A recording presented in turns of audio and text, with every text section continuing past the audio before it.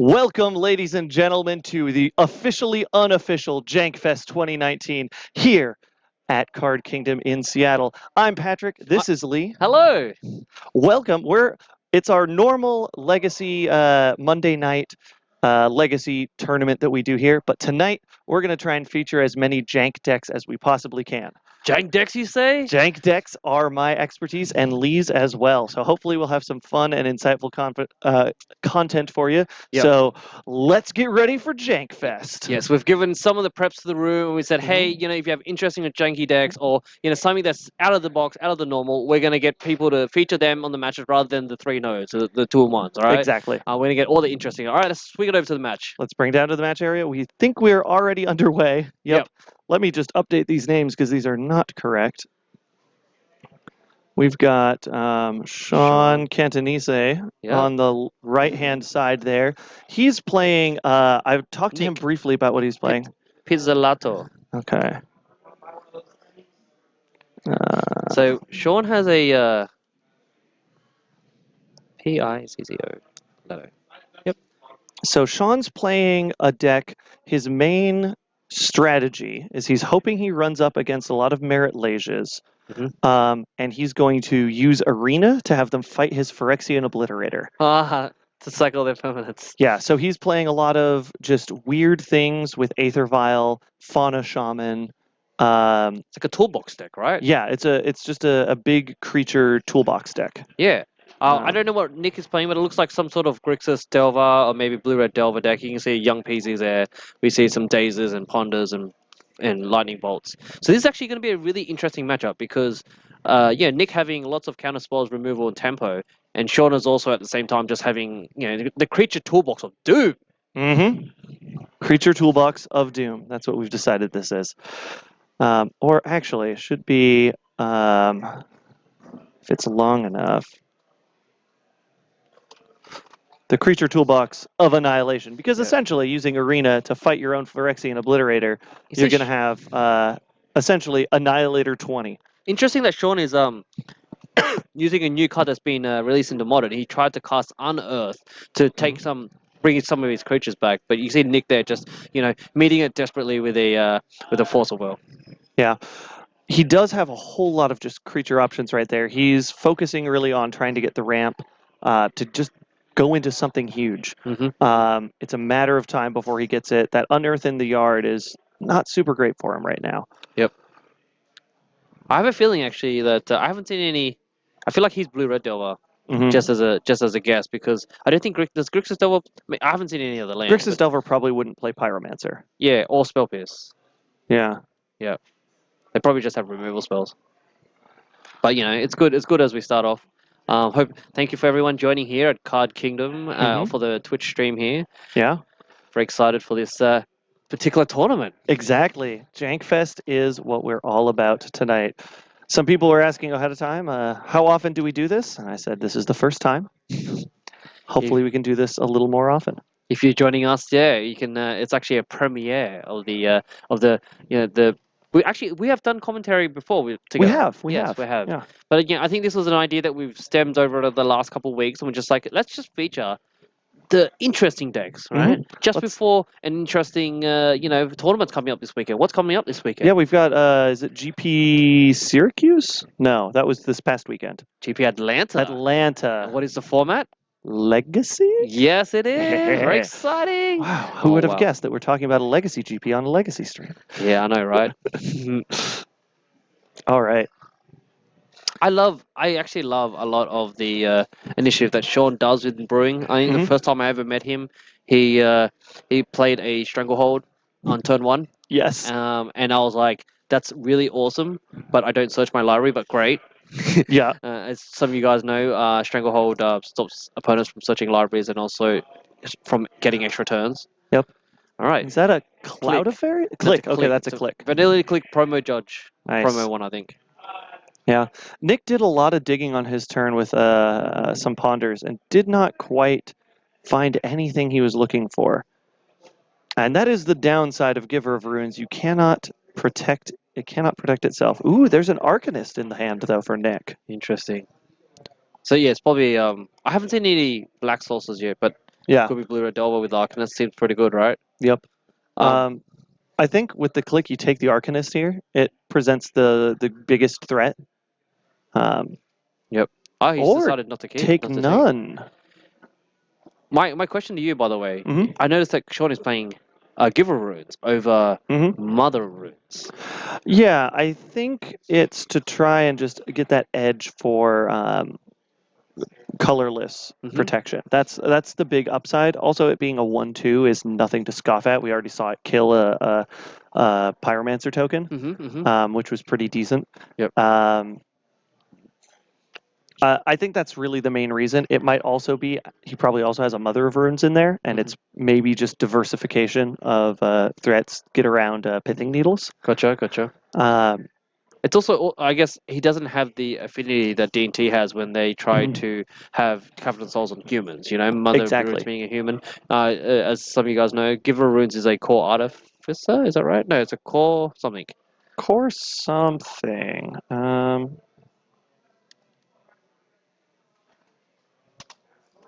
Core Cleric. Okay, makes Yeah. sense. She's a cleric. That makes sense. Yeah. Core Artificer is Stoneforge Mystic. Yeah. Yeah. I've heard of that card. Yes, I hear it's good. Fetches from Sean come in here after swinging with the click. Do you think it was right for Nick to wasteland that Urborg there? Like, do you think he Probably. But he has a birds, right? That's true. I mean, us from our omniscient point of view, where we know he has a Phyrexian Obliterator, he needs 4 black to cast it or to vial it in. For sure. Getting rid of the Urborg is pretty good. Sean also has a reputation for playing all sorts of fun, funky lands decks. But how does someone know that he has Phyrexian Obliterator that he needs quadruple black? This isn't the first night he's brought This isn't the first night he's brought Phyrexian Obliterator. So. That's hilarious. Yeah. Oh wow, our timer is way off. Let me fix that.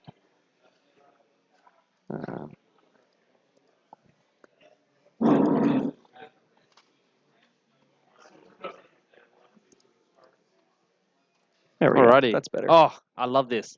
What's that? That's Renegade Rallier. Renegade Relia. That's it. Yeah. Getting back the Fauna Shaman. That's gas. That's gas.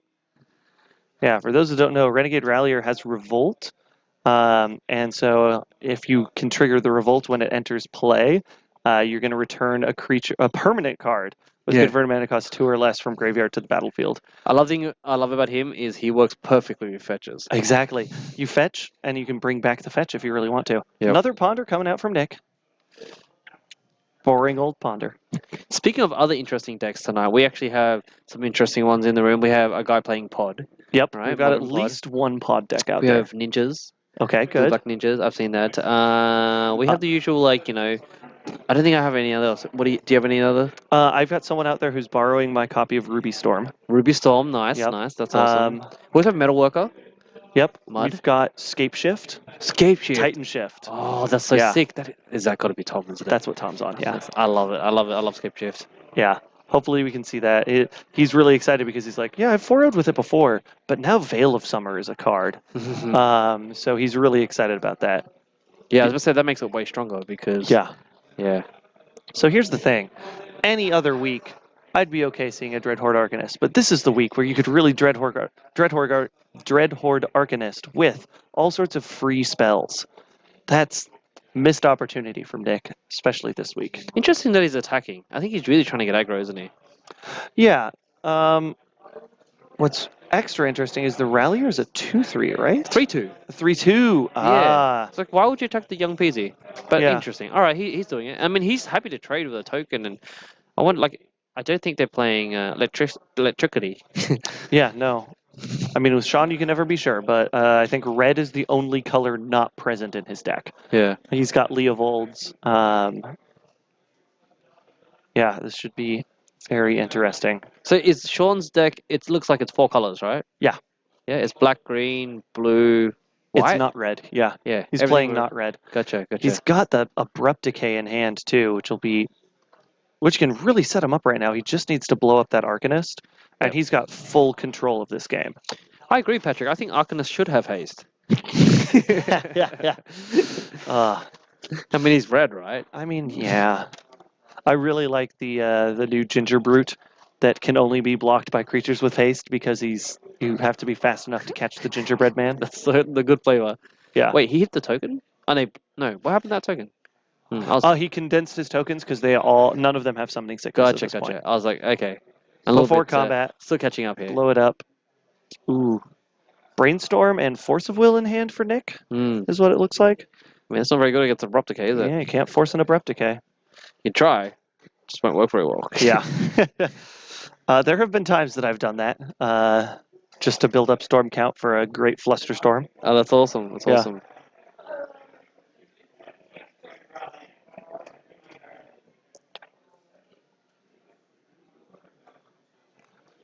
Here we go, passing back over. And now comes the Fauna Shaman, Fauna Shaman activations, pitching an Elish Norn for loyal retainers. And please tell me what boy. Loyal Retainers does. I think I have a good idea. It's like it brings back a legendary creature. Yeah, so you sack it, return a legendary card from your graveyard to the battlefield.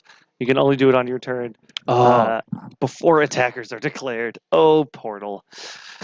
Oh, Portal. Three Kingdoms. Three. Is it Portal or Three Kingdoms? It's one of the Portal Portal, sets, yeah. so it might be Portal's Three Kingdoms. Okay.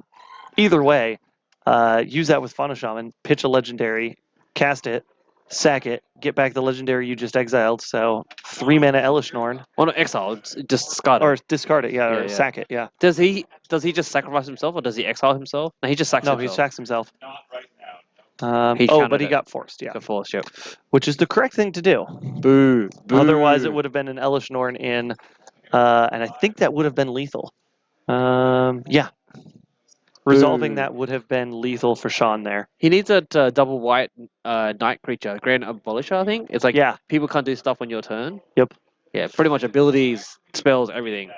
Yeah, perma silence your opponents on your turn. Mhm. Very fun card. They used to play it in Cheerios. Oh, of course. Of course they did. Cheerios is fun. All right. Sean's still holding up the pressure with his creatures there on the board. Yeah, that click is really presenting a really strong threat, right? Yeah, people a lot of times look at Click mostly for the hand disruption, and sometimes you can use its mode to target yourself to get rid of something good to draw more gas. Mhm. But also, it's a 3/1 with flying. Mhm. Like, that's a huge amount of pressure. And flash. And flash, yeah. It's just an absurd amount of pressure that you can put forward with that card. So It's also the best creature type in Legacy. fairy, No, rogue. wizard. Oh, Oh, is it a wizard? no, I don't think it's a rogue. Or it might be a rogue. I was just kidding, but I don't know. Probably guys can correct me there in the chat. Yeah, let's see. It's a wizard. It's a wizard. There you go. Knew it. It's a lot of That nuts. was Sakashime, the imposter over there, discarded for Sean. I don't know what that does. Um, He's reading it. Yeah. Please bring it up. How do you know that card? I know all the cards, or most of them. So Sakashima, the imposter, it's a clone effect, but it keeps its name as Sakashima and stays legendary. And then you can. But you can bounce it for 4 to its hand, so it can clone things repeatedly. I guess he can clone a Merit Lead. Yeah. You can clone Merit Lasers with that. You can clone Vendilion Clicks with that. Oh yeah, You but can clone... but it keeps his name. Exactly. Oh. So you won't lose one of the clicks. Yeah, and is it 4 mana, right? Yeah, So which is 4 perfect, mana. perfect to put the Vial on 4 for the Mhm. Phyrexian Obliviator. Yep. Yep. And then attack with the Obliviator. They take the damage, and then when they attack back, you bring in the clone, copy Mhm. the Phyrexian, and then trade. Yeah, exactly. And yeah, Nick didn't get the memo that it's Jank Knight, and he's paying the cost now by Dying. losing to Click. Sean Cantonese's Creature Toolbox of Annihilation. Yes. So named because it has Phyrexian Obliterator in it and Arena. I love how he just keeps throwing the cards over, and he's like, Nick, here, You I'll let should you read the this. cards. That's a Scrib Ranger for those that might need it. Yep. It's a nice card with Knight Oh. of Reliquary. Yeah, Scrib Ranger is just actually like a legacy playable card in and of its own right. Like that's the thing that Sean does is he finds a way to be like, this is just barely playable in legacy. What the heck? Spellquiller. Spell Of course, Quelling. you can name all the obscure cards, and you don't know what a spell queller I looks don't like. s- Do you know what's great about spell queller? Hmm. Teferi. No, it's not. It's a spirit. No, with the baby Teferi. Oh, with Teferi. I thought you said it's a fairy. And I'm Oh like, no, no, I it's a meant spirit. Teferi. Yeah, it's if you guys know on the stream here don't know the synergy with spell queller and Teferi is that if you have Teferi in play and then you spell queller a spell, Mm-hmm. then when they kill spell queller, they can't get the spell for free back because it's not casting it at sorcery speed. Correct. So Oh, good. that's really good. And it's just Exile CMC4 or less. That's basically saying Exile Legacy. Everything except Force and Gurmag Angler. Pretty much. Pretty much. And the new hot tech in Legacy, Magnetic Sinkhole. Ooh. It's a 6 mana delve, deal 5 damage instant to a creature or a planeswalker. Yeah. Yeah, I think it exiles it maybe. I'm not sure, but like it's a really hot tech. Everyone's playing it in Rug Delver now. Magmatic Sinkhole? Yeah, it's a one of in all Rug Delver decks now. Yeah. No exile, but yeah, it's a hot card, right? That is good. Most times it's a single red, Yeah, I didn't even see that. You could almost see that in Burn, too. but it doesn't do player. Well, yeah, it doesn't hit players, but I don't know. Burn sometimes runs into maybe a sideboard slot. I don't know. Yeah, maybe just deal with the Jace. Yeah, I Because guess. Jace takes up to 3 to 5, right? Yep. And then you kill the Jace. Spell Quelling the Brainstorm to Oh. get Sean in for the in for the win in game He one. just skips. He just skips. Yep. He's And- got more than lethal on the board there. Oh yeah, Adnol's is also a card that's over 4. Yeah, I mean, doesn't stop the storm trigger, but Hmm. yeah. All right, that's an awesome first game there by Sean. Mm-hmm. Nick had the pressure. He did have the young Pyromancer getting It's all this true. free value. Yeah, I think Nick made a serious misstep there attacking with the young Pyromancer, thinking that Sean was going to do more things with his Renegade Rallier, because Renegade Rallier gets all its value when you hit play. Ooh, Leylines of the Void, an Abrupt Decay, and something else there? Mm. I missed what that was. Mm. If someone in chat saw it, let me know. Interesting that like, okay, when you sideboard, do you sideboard for the deck, or do you sometimes just think, let's sideboard for what I saw? A bit of both. Like if you saw enough to know what the deck is, you sideboard for the deck. Mhm. If you don't have a clue what it is, like you sideboard for what you saw. In In that case, like in either case, bringing in the Leylines of the Void is good because you saw Dreadhorde Arcanist, and it's worth it to turn off Dreadhorde Arcanist with Leylines. That probably means because he's got blue and red and Pyromancers, he's probably got a Snapcaster in there. Like we said, didn't see any black, but there could still maybe be just unlucky. Didn't see a black splash for a Gurmag. Maybe, but probably not at this point. Those are all, like, Blue Red Delver especially makes a lot of use of Graveyard. Yeah. I mean, yeah, and that's the synergy with that deck, right? It's like they have counter spells, tempo, like in the form of like either going wide or just going high, Yeah. with the delvers, and then it's like if you're trying to bring in cards that deal with their graveyard where they get value from, then you're most likely not dealing with the creatures at hand, and it's hard to try to deal with the creatures that are fighting, and fighting you, and also at the same time deal with creatures that are using the graveyard for value. All right, we just got the meta in. Thanks for joining everyone here at Card Kingdom. Yeah, welcome to Jankfest 2019, the officially unofficial night of Jank at our regular Monday night tournaments that we've got going on here. Yeah, whereabouts are we? We are in Seattle, just in the northern neighborhood of Ballard at Card Kingdom's premier and original Mox Boarding House shop. Stop on by. It is a fantastic place to visit, especially on a Monday night where we do Legacy every night at 6:30 p.m. Pacific time. Yep. Okay, so we've got some interesting decks here. We have a gentleman by the name of Anthony. He's got mono black. I don't know if that's Pox or just mono black. Mono black something. Mono black. Mono black creature sack. Mono black creature sack. Okay, cool. That makes sense. A couple people on Delver. Some Rug Delver. Bant Soul Herder. Yes, so Jason Wong, right? He's got He's got 2 stars next to his name. Obviously, the meta judge has put 2 stars there. I actually was talking to him. He was playing. He had two decks. He had ninjas, blue-black ninjas, Yep. which he was playing against me. But I told him to play the Mardu Reanimator Deflecting Palm deck. Because he brought it as a meta choice against Depths. What is he versing? Ooh, He's versing Enchantress. Enchantress, which is Oh, sort of boy. awkward. But yeah, I definitely want to get him on stream tonight. It's like it's Yep. just a Mardu pile, and he has Deflecting Palms, which is amazing. Okay. Yeah, mostly correct on the Scape Shift player. It's not Nick Shift, it's more Scape Shift. Scape Shift. We got Scape Shift in tonight as well. Jesco Blade, as usual. Yep. We have eggs. What? Eggs?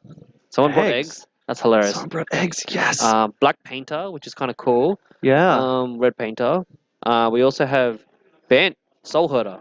Yeah, that was what I was thinking. Bant Soul Herder. Oh, What? we gotta get some of these decks on stream. Yeah.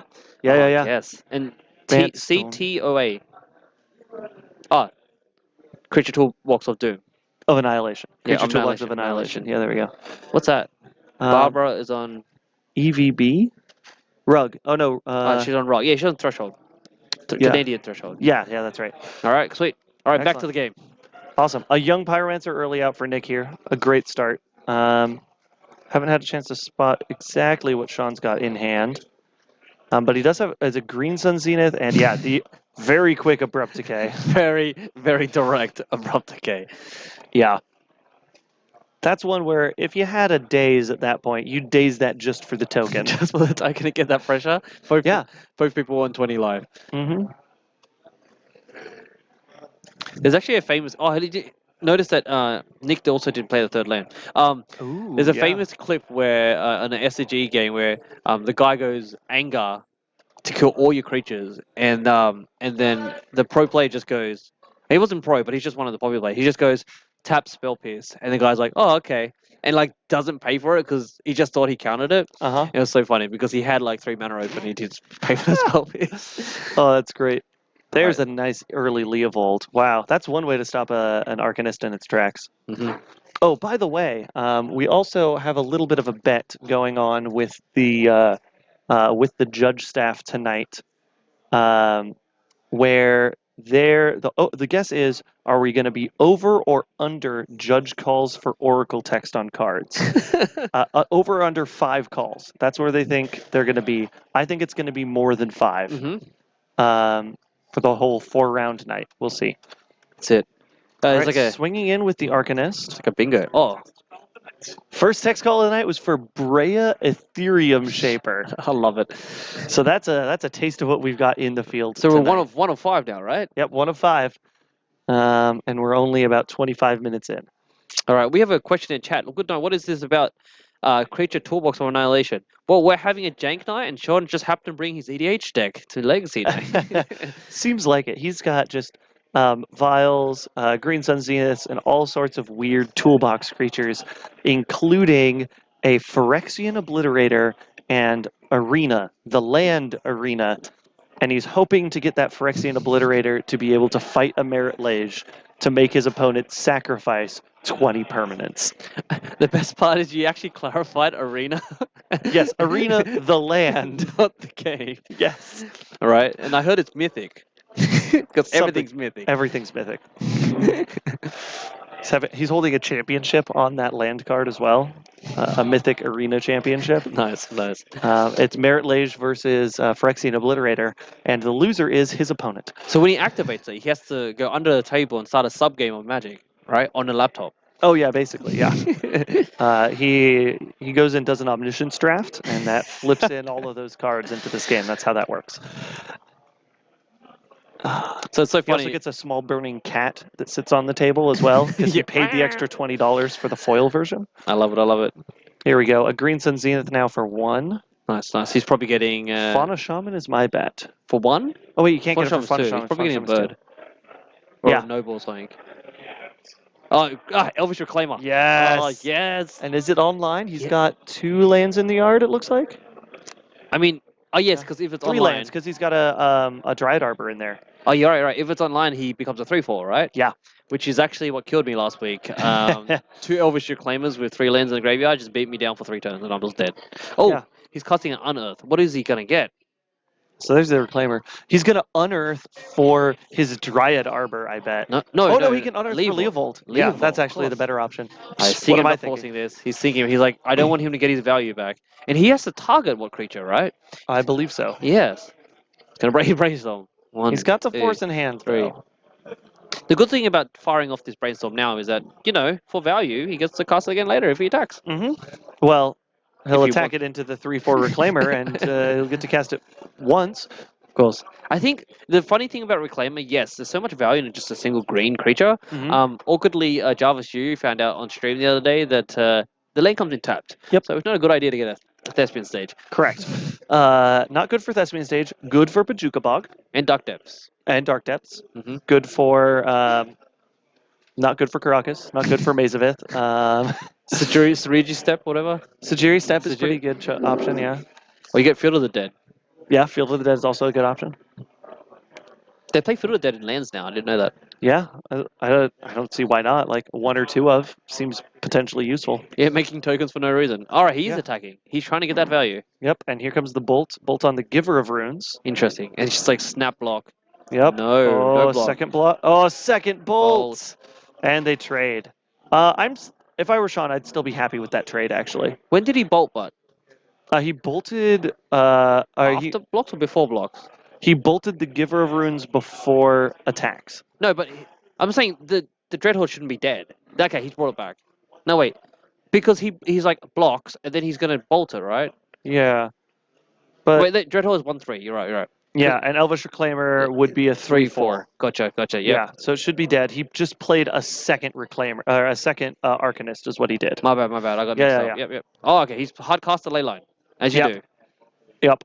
That seems okay at this point because Nick's options in the yard are a Bolt and a Brainstorm.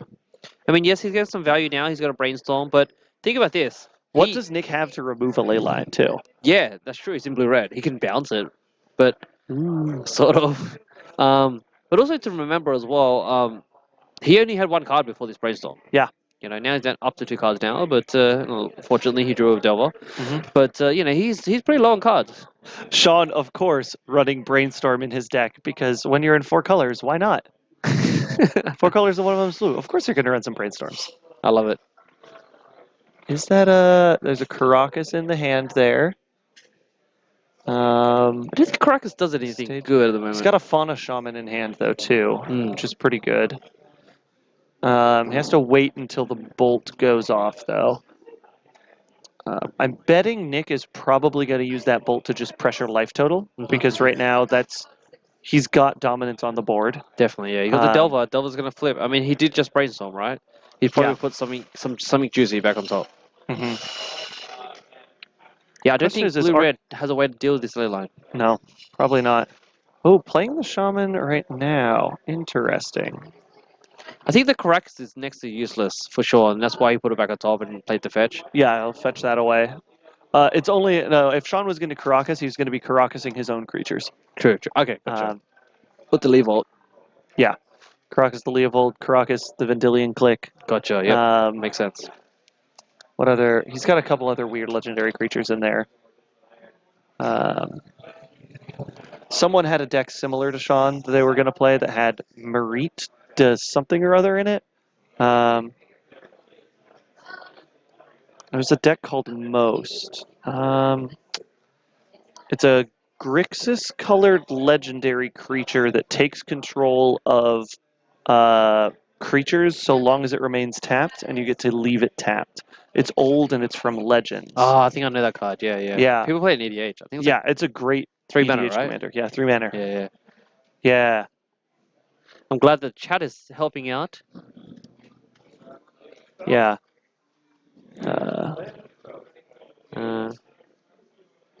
It's Esper? Oh, it might be Esper, yeah. B-E-R-E.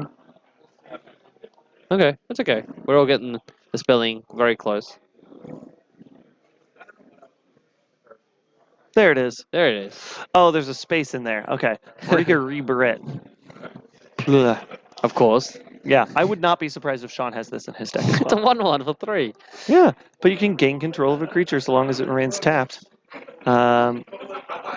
And when Marit becomes untapped, destroy that creature. So you can't try to do shenanigans with Scrib Ranger, can you? Because as soon as you untap it. Yeah.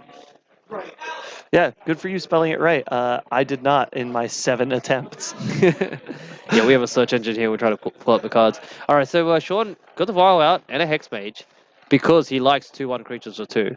Yep. I'm assuming he has some sort of synergistic lands like Blast Zone to remove the counters. No, probably a Dark Depths. I'm just kidding. Yeah.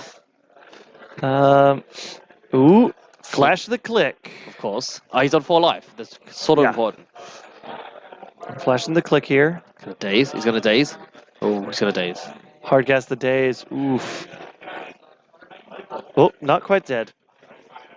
Oh, scooping it up anyway, though. That puts it at 1-1. But these have been some interesting games, hasn't it? Yeah, actually. Yeah, Sean just sort of petering out there. Didn't have quite enough answers. He had an opportunity. Like, I don't know. Hindsight's 2020 and all, but losing the Giver of Runes to a Lightning Bolt and then getting the Elvish Reclaimer bolted to then trade with the Arcanist, I would have like preemptively, since you knew that the Arcanist was attacking in, I would have preemptively just given the Arcanist or the Reclaimer pro red for the turn, because that way, one way or the other, Nick either doesn't attack with the Arcanist that turn, or he has to bolt in response then. At which point, then you can freely block the Arcanist and not take lethal damage. It really gets him out of that. And blue-red, that's the only removal that they're going to have, is going to be Lightning Bolt. So maybe that was the right choice to do that there, but I'm not sure. Like, the signaling for Sean to have known to do that is tough. I mean, Magic is a game of like learning about when you have an opportunity and a choice and making the right choices, and then each choice cascades into a deeper sort of scenario. Yeah. Right, and that's why we play a game that stresses us out. Like you know, we Exactly. go to work, we do work, and then we go to Monday Play Magic we and play stress out, and yeah. stress ourselves even more. And like I guess like Sean had to just be able to observe and analyze and see the opportunities that he had. The you know. question is also, like, you're leaving, if you think about it from a different perspective of, like, you're leaving an unspent resource on the table that you have a Giver of Runes that you could tap to protect something from a color, Are and you the Giver sure? of Runes is going to die. So it wasn't summoning sick, right? No. I don't remember. I I don't don't think think it so. It was there for an extra turn. Yep. Yeah. Okay. Ooh, And also- starting with the Leyline in I was hand going to say is this actually ley line's really gonna be good. really good. Karakas, I think there's a, what's that farthest on Two the left? fetches. Is that a There's a Spell vial? Queller on the left? I think there's a Vial there, yeah. The vial's on the second one, I think. That's right, HC Fox. Unless you're playing Eldrazi. Yep. Oh wow! Shots fired. Oof. I really do like the new red Cascade card. Yeah, with the people that look like they're having a headache. The one that has no text on it other than like Cascade and Retrace. Retrace. Yeah. Yeah. They're holding their heads. They're like, Yeah. Super fun. I want to build something with that. I just don't know what yet. Yeah, I always remember artworks. I remember cards, by the way, by their artworks, strangely enough. And then when they make new artworks, I'm like, ugh, more to remember. Which is probably not the right way to remember cards, but that's how I do. No, that you're not the only one that's done that. That's why in Fallen Empires they did that experiment where they're like, yeah, we're gonna like print a whole bunch of cards that have like 4 different types of art that are all the same card but different art. And turns out players hated it because they're like, no, I don't recognize what the card is. It looks different. Is it similar to like Urza's Tower Yeah. and mine and all that? Mm-hmm. They've just made like 4 different artworks in the same set? Yep. Yeah, small printing. Those ones though were a lot closer. The ones in Fallen Empires were like drastically different art. Oh, Whereas like the Urzatron lands were all just like, here's it in the fall, so the leaves are a different color. Like, yeah. yeah. So funny, it's like Nick's like fetch. Sean's like fetch in response. I'm Well, like, Nick is playing Stifles. oh, We did good see point. a Stifle in game 1. Good point. Good point. So Sean holding the fetch until then is the good point. Also, I would not be surprised if Sean also has Stifle somewhere in the deck or used to play with Stifle. So he's gotten into that that habit. Just stifle and random cards in all the best colors except red, right? Mm-hmm. Let me guess. He's playing Eidolon the Great Ponder. Revel just to vial it in. Yeah, why not? All right. That was a heads-up play for Sean there. Very. But Nick, he's doing the Blue Red Delver grind. Yep. You're pondering, you're brainstorming, you get a threat, you just go with it. He Protect the does- queen. He does see a stifle in his top 3, though. That's nice. He put it third from the top. Stifle is surprisingly good against Sean's deck. Mhm. Lots of triggered abilities, Discard lots a of card, activated abilities. Get nothing. Fauna Shaman in hand, though. Let's see if Sean tries to punch it at this point.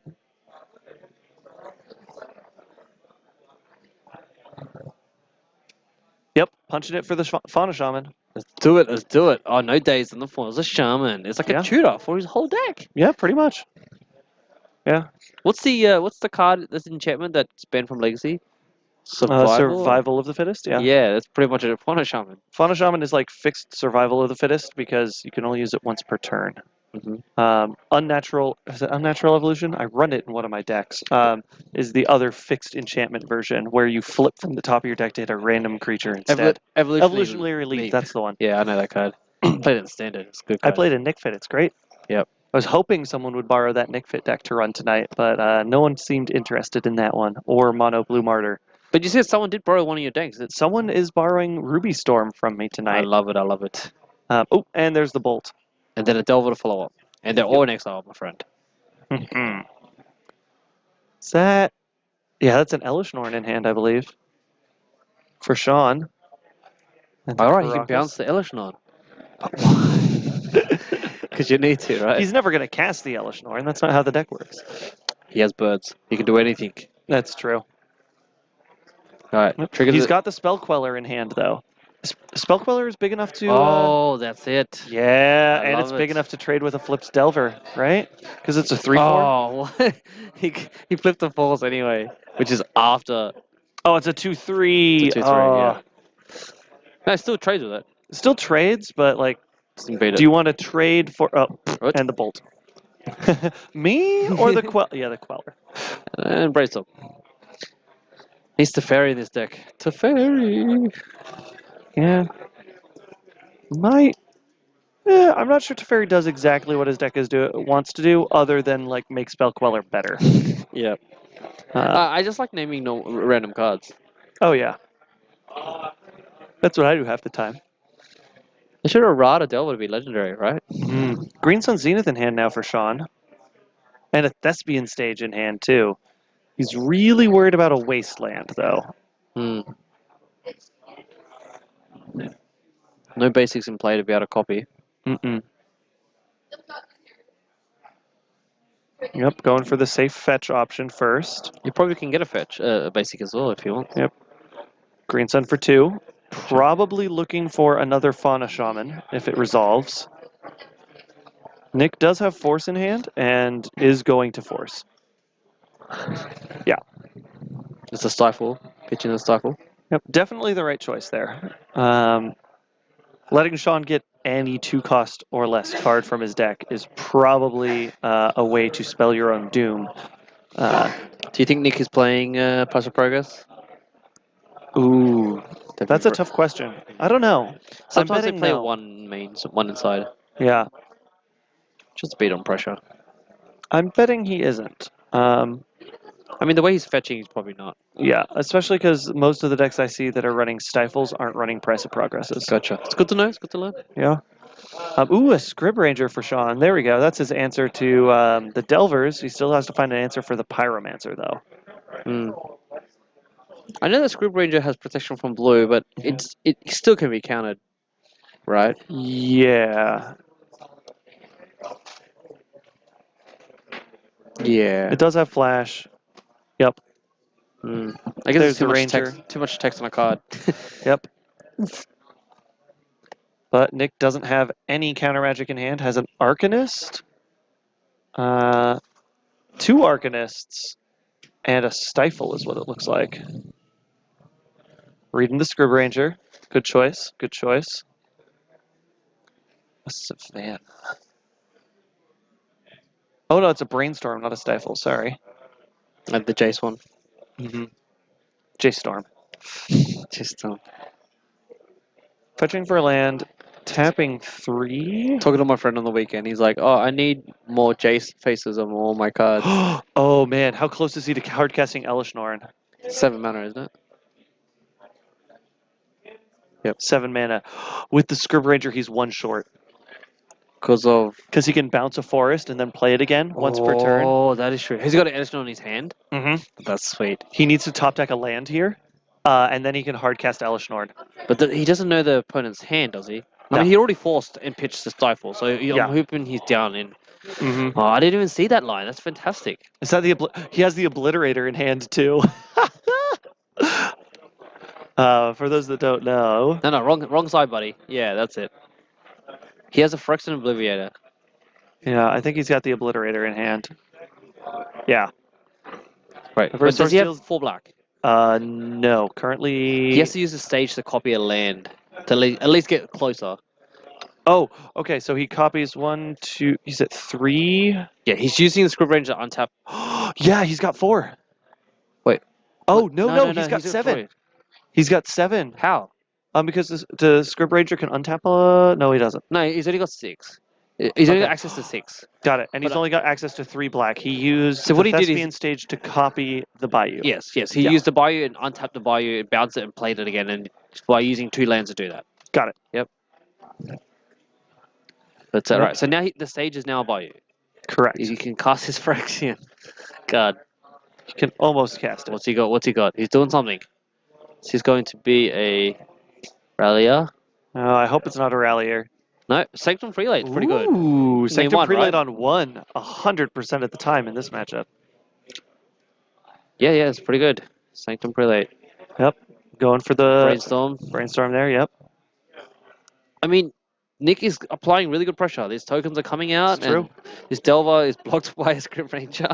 Yeah, he's invalidated the Delver. The Pyromancer will still be able to swing through against the Prelate, at least for a good number of turns. So maybe, like, if Nick can't counter it, that's still pretty bad for Sean's not in a much better space. It means he can go for he'll probably actually trade this in pretty much right away because he's got to play around Lightning Bolt. Yep. He can't get within Lightning Bolt range with that out. He's attacking. Really? Oh, to untap the Scrib Ranger. I mean, because it's Yeah, free it's- attack. Yep, free attack. That's smart. I didn't even see that. I didn't see that line Because you either. untap a target creature, right? I think it's untap itself. No, I think you just untap a target creature. Untap target creature. Yeah. Yeah. Only once per turn. Interesting there that Nick played the fetch. I saw him see the fetch off the brainstorm, and obviously he's most likely going to be fetching to cycle things up if he doesn't like what he sees. Yep. Play the Arcanist. Okay, Sean just needs to top deck a land here, and he has this game pretty much on lock. I mean, he's got a lot of lands. All right, he's got an Unearth, which is something. Mm-hmm. He's looking at his graveyard. Does he have anything? He can unearth a spell queller. Unearth is a sorcery, right? No, it's sorcery. Yep, that's Yeah. right. We also can cycle. I think he might be cycling. No, Mm, cycling. Yeah, he's gonna cycle. cycle it. Yep. Look for that land. I think he's got like 1 or 2 turns. There's Alright, the He's land. got a land. All right. Okay, so next turn he's got an Elesh Norn. But if Nick doesn't have a counterspell, of course. Mm-hmm. Right, he's thinking how he can fade a turn. Because next Nick's gonna attack with Dreadhorde. Does nothing. Mm-hmm. But Nick, okay, Dreadhorde can get blocked by the Sanctum Prelate. Yeah, he can attack freely with the Dreadhorde. Yep. And I think the right... Oh, no, he needs the Scrib Ranger to be able to cast Elesh Norn, because I was going to say, otherwise, the right play is you trade the Scrib Ranger. And he's fetching to get the land. This is a very close game there. This is going to be tight. What's up, Probably gonna- Beatbox Ben? Welcome to the stream. This is our regular Monday night weekly legacy stream here at Card Kingdom. We're down in Card Kingdom's Mox Boarding House in Ballard. And tonight we have decided that it is the officially unofficial Jank Fest 2019. We're trying to highlight as many Jank decks as we can on stream all night. First round, our Jank deck of highlight is Sean Cantonese's Creature Toolbox of Annihilation. Yes. So named because it's running Arena, the land, and The land. Phyrexian Obliterator. and hoping to cause the Obliterator to fight some Merit Lages to force the opponent to sack 20 permanents. I mean, Phyrexian is great, but he has enough mana for a Elesh Norn, and he has an Elesh Norn in his hand. Yeah, he can hardcast an Elesh Norn at this point. All right, so there's a tricky blocks here. Yep, has to We'll block lock that there. one and block the Young Peasy, right? If he trades with the Young Peasy, he's open to getting Lightning Bolted to death. You're right. He needs to block the either the Arcanist. Arcanist or the token. He'll take 3 and go to 1. Then Elesh Norn will kill everything. No, Elesh no, Norn kill wipes everything the board except the except Arcanist, which becomes a Arcanist. 0/1. Yep. Which is sort of great. Yep. All right, he's going to get rid of the token, which is sort of feels bad, right? You got his token came for free, and he has to trade. He has to block it. Yeah. What was it that Nick cast to get that token? There's a brainstorm. But he can't brainstorm because it costs 1. No, he cast brainstorm way earlier. Oh, that was a while ago. Tokens yeah. have been around. All right, so he doesn't have any blue up. So just to point that out, Yep. I guess he And can he's got still one card in but he's hand. got one card. Yeah, One yeah. in hand. Yep. Let's do this. Let's do 2, this. 4, 5, He's doing it. 6. Yep. 6. Script Ranger. Bring it back. Bounce. Untap Untaps that. Doesn't itself. matter. Elesh Norn. Whoa! And you can hear it in the resolves. background. I mean, he could have attacked as well. No, you want to attack after the Elesh Norn is down because you hit for more. Oh yeah, that's true. That's true. All right, 2 01 man. Dreadhorde Arcanist. He has Yep. 2 01 Dreadhorde Arcanists. Oh, Yep. this is so good. So much value. Oh my gosh. And even then, even if He he didn't gets, wasteland. No, he didn't wasteland. That's If so he had true. wasteland, well, I mean, okay, here's the thing. If wastelanding would have bought him a turn, because really the response He's is a 1. yeah, and that would have maybe been all you need. Yep. Wow. Blown out because of no wasteland. That's so hilarious. Oh, Yep. I don't think Nick has a way out from this. He can't cast one no cast. graveyard, Yep. 2 01s, and another A 01. third 01. All right, now he's wastelanding. Wasteland the Thespian Sage. I Yeah. mean, why not? I mean, he could have bounced that back. It was still a Bayou. He could have bounced it back. Oh, I forgot that on the Electron Script Ranger. pumps your creatures as well. Yeah. That's hilarious. And he also can protect it randomly with the Karakas. That's so good. Dang. I mean, how's he supposed to know that he has an Elesh Norn in his hand? Yeah, Elesh Norn is not something you play around, especially when you see Sean dirtling on like, oh, he's got like 6 mana. What's he like? He hasn't done anything yet. Now's the time to just punch it, drop all the stuff, and put pressure on, Yeah. and then you get Elesh Norn. Elesh Norn. With no graveyard, which is the best part. Oh man. He's chumping. He's been chumping Yeah, shit. chump it. I mean, why don't you chump with the The O1s. Arcanist? Yeah, These are standard creatures now, boys. I know. Ooh, we are running close on time though. Let's see. Levolt. Yeah, Sean's got a way to lock this up. Fraction. Is it coming? Is it the Revoker or the Obliterator? it's a No, great green size. sum for 3. Oh, okay. I thought it was just like, let's play a 5/5. What's he grab at 3? Rallia, I guess. Get back to No, stage. because he doesn't have anything that's died this turn. Oh, you're right. You're right. I think he's just saving the Karakas and just Leovold, casting it. Why maybe? not? I mean, why not cast it, right? Yeah, I guess. Leovold's an option. Yeah, it's Leovold.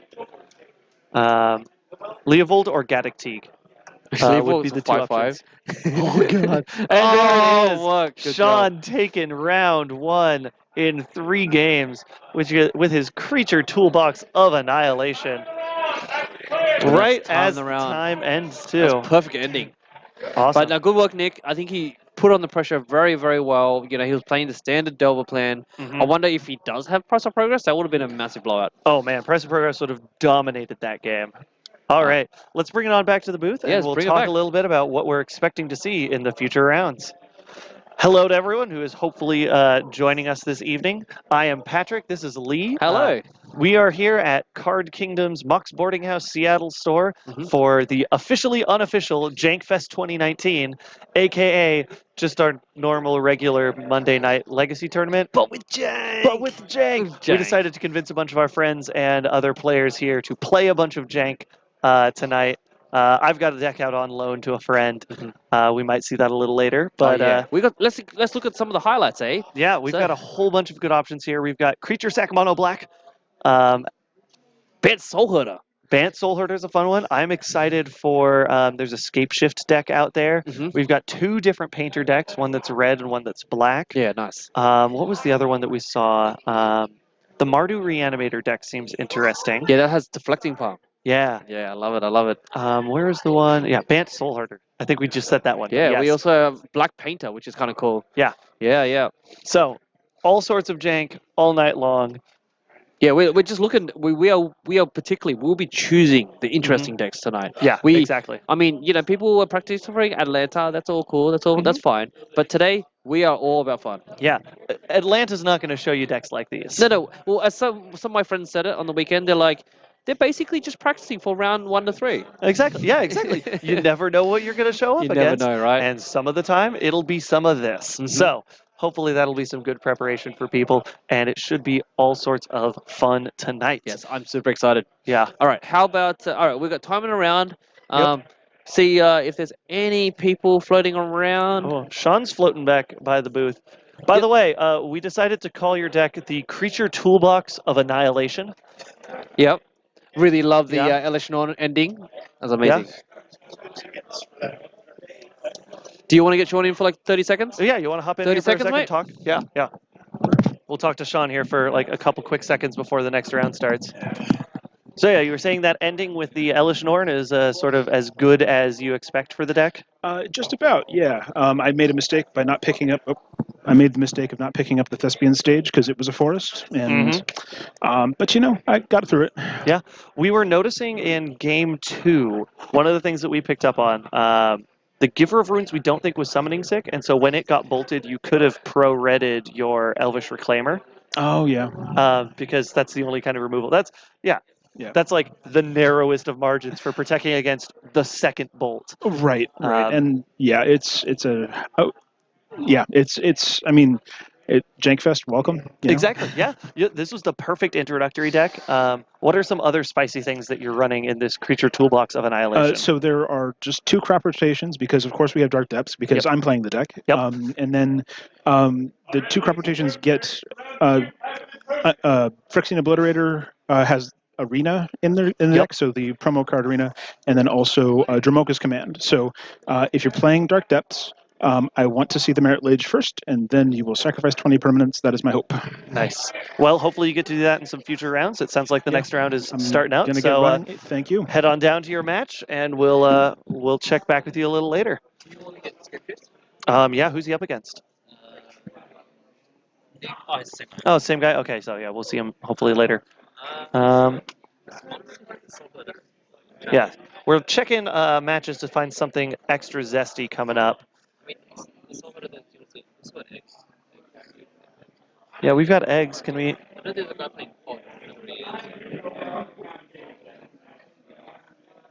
you want to do? Yeah, we can do.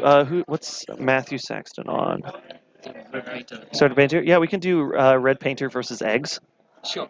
So that. Yeah, so that would be table 5. Table 5, please. I'd like a table 5, please. So let's check on that. While I type up information for our next match. It will be Red Painter versus eggs. Yeah, very excited for eggs. As scouted by our wonderful tournament organizer, Henry. So hopefully it's eggs. We'll see. It's probably something very much eggs-like.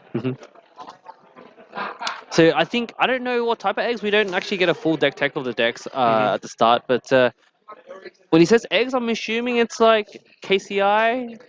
I'm betting it's something KCI. Or maybe it's Second similar. Sunrise. Second Breakfast, yeah. That's it. Table 5 has Matthew. That's the wrong one. That's the wrong one. That's the current round. Yeah. Okay, gotcha. You put yeah. So Matt Saxton's on red. It's definitely eggs. Okay.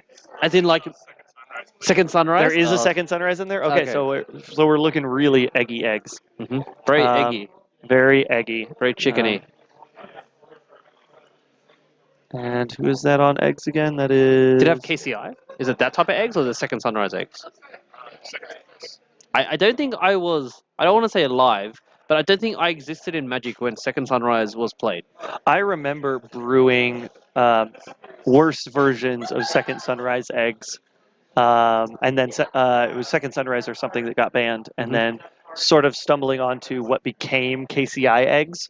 And it wasn't quite there at the time, and so I was like, yeah, I'll just forget about that for Modern. I mean, And then I look away for 5 years, come back, and oh, KCI eggs is a thing, and now it's banned again. So give me a little like I don't know, maybe for the viewers as well, but like tell me like what give me this I guess like a summary of what Second Sunrise Eggs is doing. okay, so eggs in general, most of the decks revolve around small artifacts that you can keep sacrificing for incremental value. So a lot of them, you'll be drawing cards, generating just like a hair more mana, and then you can cast Second Sunrise, get them all back, do it again. Yeah. So ideally, every time you're going through the cycle of your combo, you're drawing at least one or two more, or maybe close to like a dozen cards, and generating enough mana to cast Second Sunrise and then sack them all again. And do it again. It was originally done with the egg cards from Invasion, which were Chromatic Star, Chromatic Sphere? Yeah, well, you'd spend one colorless, tap sack to get 2 colored mana. Oh, okay. And so you would do that, and that's how you would net positive in mana,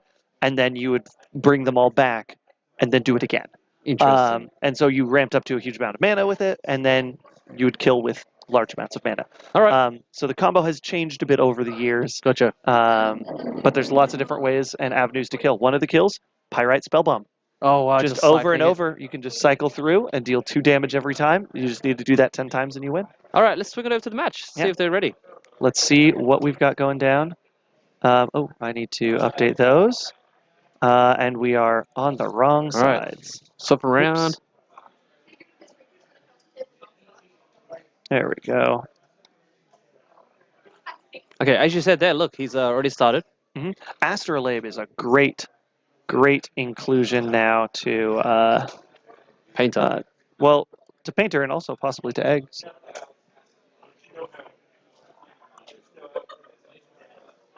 All right.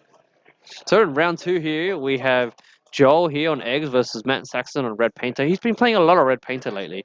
Do you know what Matt got me the other day? Just a good old Painter Servant and Red Pyroblast. Red Elemental Blast. Just counter everything, yeah. And destroy my Cephalid permanents. Coliseum there. Filtering for some colors of some sort. He's going to start. So yeah, here's where the mana combo starts. And unlike many other versions of Storm, you're going to end up getting blue, white, and green mana. Crystal Vein. Yep. Ooh, Crop Rotation for Crystal Vein seems good. Because the way that that'll work, he can sack the Crystal Vein, and when he's got the Second Sunrise, he'll be able to get back the Crystal Vein. I'm assuming Tolarian Academy is banned in Legacy. Yes. I'm just going to put that out there. Yeah. So let's pull up Second Sunrise. If I can spell it correctly. So yeah, the way that Second Sunrise works is you return your artifacts, creatures, enchantments, and each lands. player. Wow. Each player. So if your opponent fetches when you've got that on the stack, slightly worse for you. And there's a star to get up to 2 white. Draw the card. So this is a lot of what the deck does. Change your colorless mana into colored mana. Yep. Sack a bunch of your lands. There's the Second Sunrise. Brings back everything. I think this is what we call entertainment, right? Exactly. I'll be back 1 second. Sounds good. I'll let you know when the combo's done. We might be here a bit. Ooh, Joel with the backup silence in hand too. That is one of the benefits of playing this deck. Let's see if he can dig deeper. So one of the things that Eggs has an issue with, unlike other Storm-like decks, is it is relatively easy to sort of go blank on cards, not draw deep enough. There is the new card from Modern Horizons. Is it Second Chance? Something that is 2 white and you bring back... Brought back. Brought back, yep. Yeah, instant. Double white. Bring back 2 opponents that left the battlefield this turn. Yeah, so Brought Back is definitely a card that sees play in Eggs lists. You know why I know this card? Hmm. It was my spec. Oh. Wasn't very good, but I like it.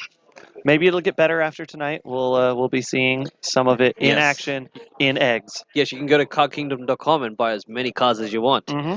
Yeah. It's a very As good many cards website. as they have in stock. Of course. Card Kingdom. It's a kingdom of cards. Yeah, very good card. Also, that's not their slogan. Do you know what I love about Card Kingdom's website, by the way? Hmm. And again, we're volunteers. We don't work for Card Kingdom. Yeah. Right? Is that their grading is amazing. Like they say excellent under Near it feels like Near Their grading is really, really strict Yeah. in a good way. In a good way, yeah. As someone buying, at least. Ooh, paradoxical outcome in here would actually be very good. The main issue is Second Sunrise is better because you get all the cards back for free. You also wouldn't have the cut. They're all in the graveyard, but Paradoxal has to target a bunch of artifacts. So yeah, that's the other problem is you have to paradox with them in play.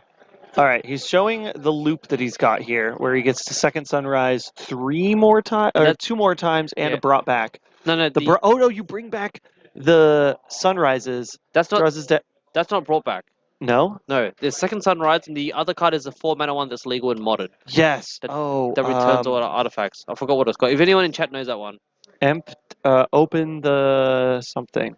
Open the not vault? Open the Vault. That's the 6-mana sorcery one. The other one is the 4-mana one that's like does Yeah. something very similar. 4 mana. This is gonna eat me up until I realize what it is exactly. Fate's Fate's Return. Return. That's There it. we go. Thank you, chat. Thank you, chat. Yeah. Yeah, that's the one I was trying to get working in modern. Because it has like the orange tinge on the side.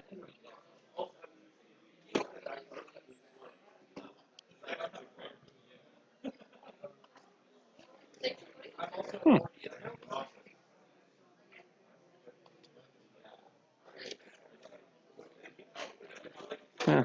Card fetcher's not working for this one. Forget how to spell the name. Faith's Reward. That's what it Reward. is. Yeah, that makes sense. Yeah, it is reward. Yeah. Faith's Reward. Return to the battlefield all permanent cards in your graveyard that Yeah. were put there from the battlefield this turn. Yeah, so he's scooped because the win con basically would have been that Joel could have seen almost his entire deck there. He would have drawn into, I think by my count, somewhere around 15 more cards. Yep.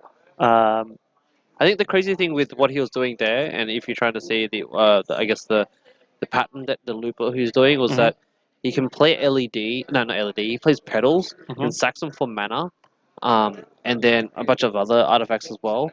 But then he brings them all back. So Yeah. he's sort of like he's gone through so many cards that he's just gonna get them all back exactly. and get extra mana.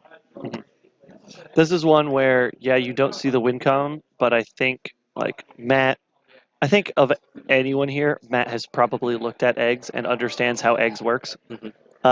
So that's one where you see eggs going off and going through its cycle of sacking stuff and bringing things back Yep. 4 more times.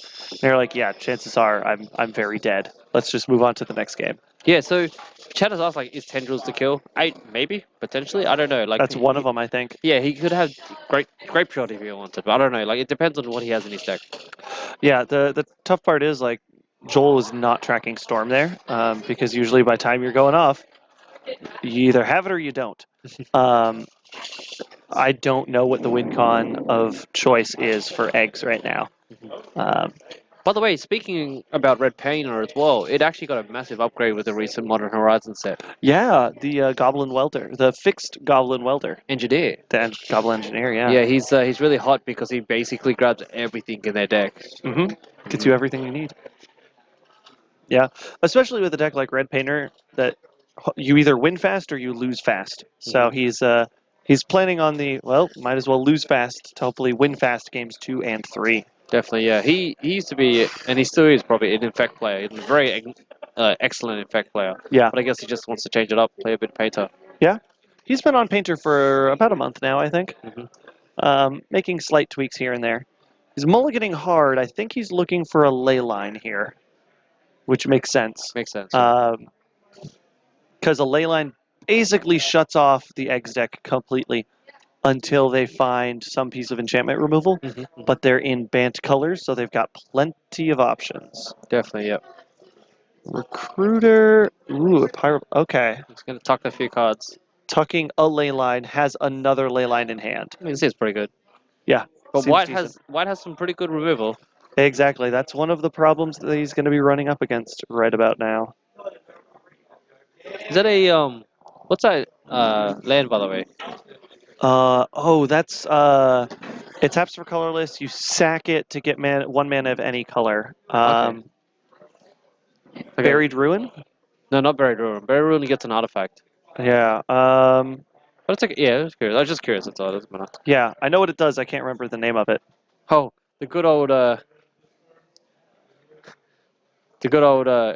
pedal in Light and Tutor to grab a land. Dang.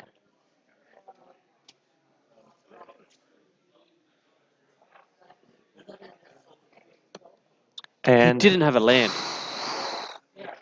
He didn't have a land. no. So he just pedaled for Light and Tutor to grab an artifact land. Yeah. That's crazy. And then you've got the welder.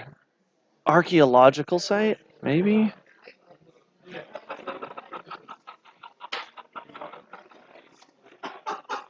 Is it dig site? Excavation site.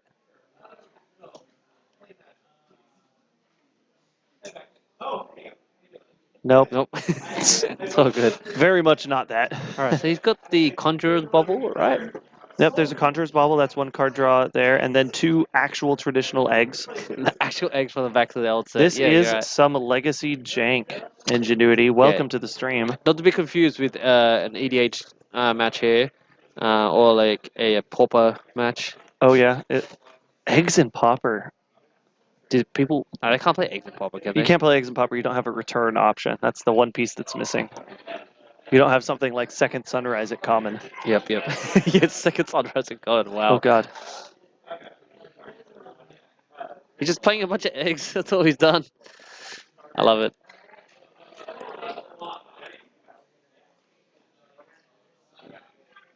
Archaeological dig. Yeah, I got exactly what it was right. Wow, it's just literally as for colorless or sack Or it. sack for one of any color. That's so Color funny. fixing was way bad in Invasion. Like, I went back and did an Invasion draft once for fun. Turns out the color fixing was just horrible. Small eggs. That's so funny. Small eggs. I think one of them is Cloudstone egg. That one's Chromatic Sphere. Well, yeah, that's Oh, yeah, Chromatic sorry, Sphere, the but other like, what one, are the eggs? I'm just trying to The think actual of. eggs. That looks like an Yeah. avocado, mate. Yeah, right. Oh wait, he's got the combo. He's got it. Let's see. Does he have enough mana for He it? needs though? one more mana, yeah. I think that's what Joel was just counting on his turn. He's trying to figure out what he had. I love how like no one is countering anyone. Like they're Mm-mm. both just combo decks. It's just like, who can combo faster? Let's see. Okay. Has to use one egg. What's he casting? What's that? Oh, Echoing Truth. I mean, this is pretty good. Yep, bounce the ley line, and now he has to try and go off this turn. Mhm. Joel just might be able to race Matt here. Here come out the mana counters. They're foil basics. Of course they are. Not even the obvious symbols, just the full art foil basic. hmm Blue, white, and green in that order from top to bottom. Joe is still got the avocados on the battlefield. Yep, avocado for green, white. Crystal Vein. Crystal Vein and avocado for green, white. All the green white. So I think the blue probably doesn't even, he didn't need the blue, right? He's probably Probably just not. chasing green and whites. Cast it, get some Would he green, play white. stirrings in his deck? Ancient what? stirrings? I don't know, Mm, maybe not. maybe What would the green be for?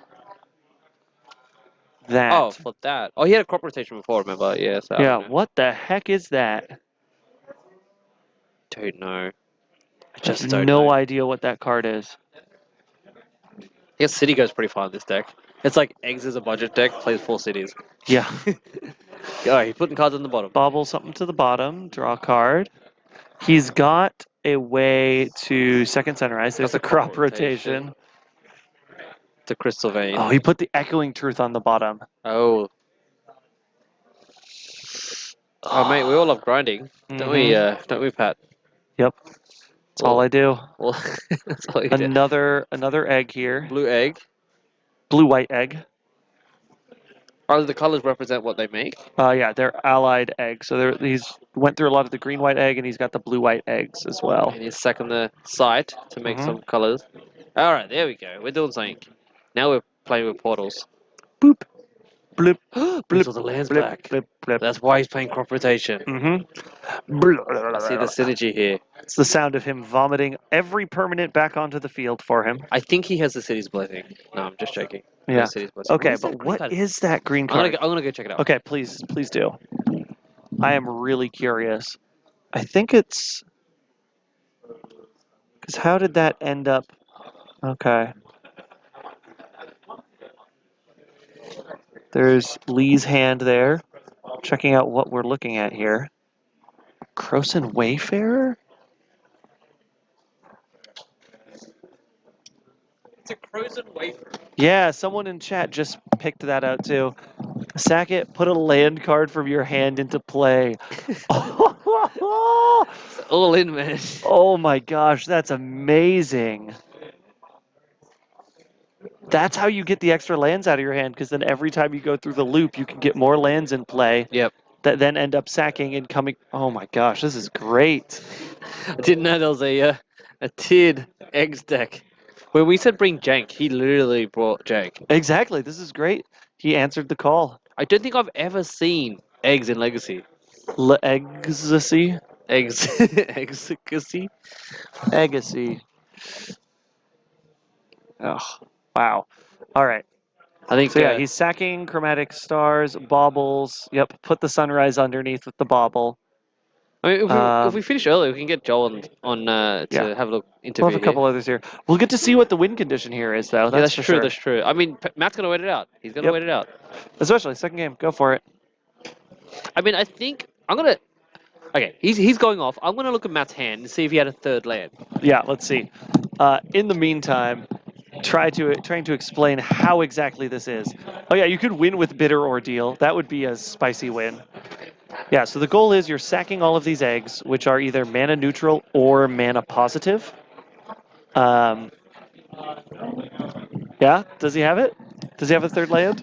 He has 2 Pyroblasts, a Painter, and a Leyline. So he does not have the third land. I guess he has the draw off the top. But And he's tapped out. He can't Pyroblast a Sunrise. Yeah. No. he said he got greedy. He just looked at me and said, I got greedy. But yeah, if he didn't tap out, then he could have Pyroblast the. No, but he Something needed to play the Painter. Yep, You he know had what I mean? to. He doesn't know what's on the top. He needed the third land for the Grindstone win. hmm He could, as chat points out, the Hackbert points out, he can weld the Great Furnace into a Lotus Petal to get a third mana and grind for the win. Oh, well, the Yeah, tap the furnace for red. Yes, you're right. Sack it to the painter, or not the That's painter, the true. welder. So he had it all checked then. Yeah. Yeah, because he just floats the mana. So he had the win. He Cephalid Coliseums him. That's how it works. Is that the milk? Is that the Cephalid Coliseum there? I think that's what Yeah, that is. it is. It is. Yeah. Yep. The target play mills 4, right?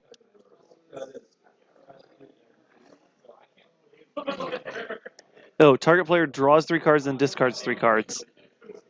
And so you have Threshold, and you just do that over and over because you have to sacrifice it every time. But he brings it back. And they draw 3, and yeah, that's how they end up killing. That's the kill for eggs, everyone. Wow. All right. Hey, eggs taking it in 2. Word Prison used to kill people with the Ipnut Rivulet. Yeah. I've killed multiple people with Ipnu Rivulet, which is a you sacrifice a desert and target player mills 3. Wow. So I used to kill people with this in Modern. So basically, you just like sack it and make them mill 4, right? Yep. But because you've locked them down in every aspect, you just do Crucible Lock. You just use this to mill them for 4 every turn. So yeah, it brings it back so many times because he's got a Conjurer's Bauble. So yeah, Conjurer's Bauble will put a card from his yard on the bottom of his library. He draws basically his whole deck, uses the baubles to put any cards he needs from his yard into the bottom of his deck. One of those being the land that he sacks to force the draw 3, discard 3. You also put a second Sunrise and a Faith's Reward back in there, generate a whole ton of mana, put things on the bottom of the deck, sacrifice to get as much mana as you need, draw those 2 cards back, force the opponent to draw 3. Yeah, so you can empty your library, put whatever you need with Conjurer's Bauble, and then keep getting back the baubles, keep getting back the land that you're sacking, wash, rinse, repeat over and over, do everything you need to do. Do you know what screwed this card up? This deck up? Null Leyline? Rod. Hmm? Null Rod. Noel Rod would too, yeah. All right. Do you want to head out, bring it back to the booth here real quick, and then we So can are they find a done? backup match? They're Yeah, done, they're right? done. They're Yeah. done. Okay, Joel so- got it in 2. Mm-hmm.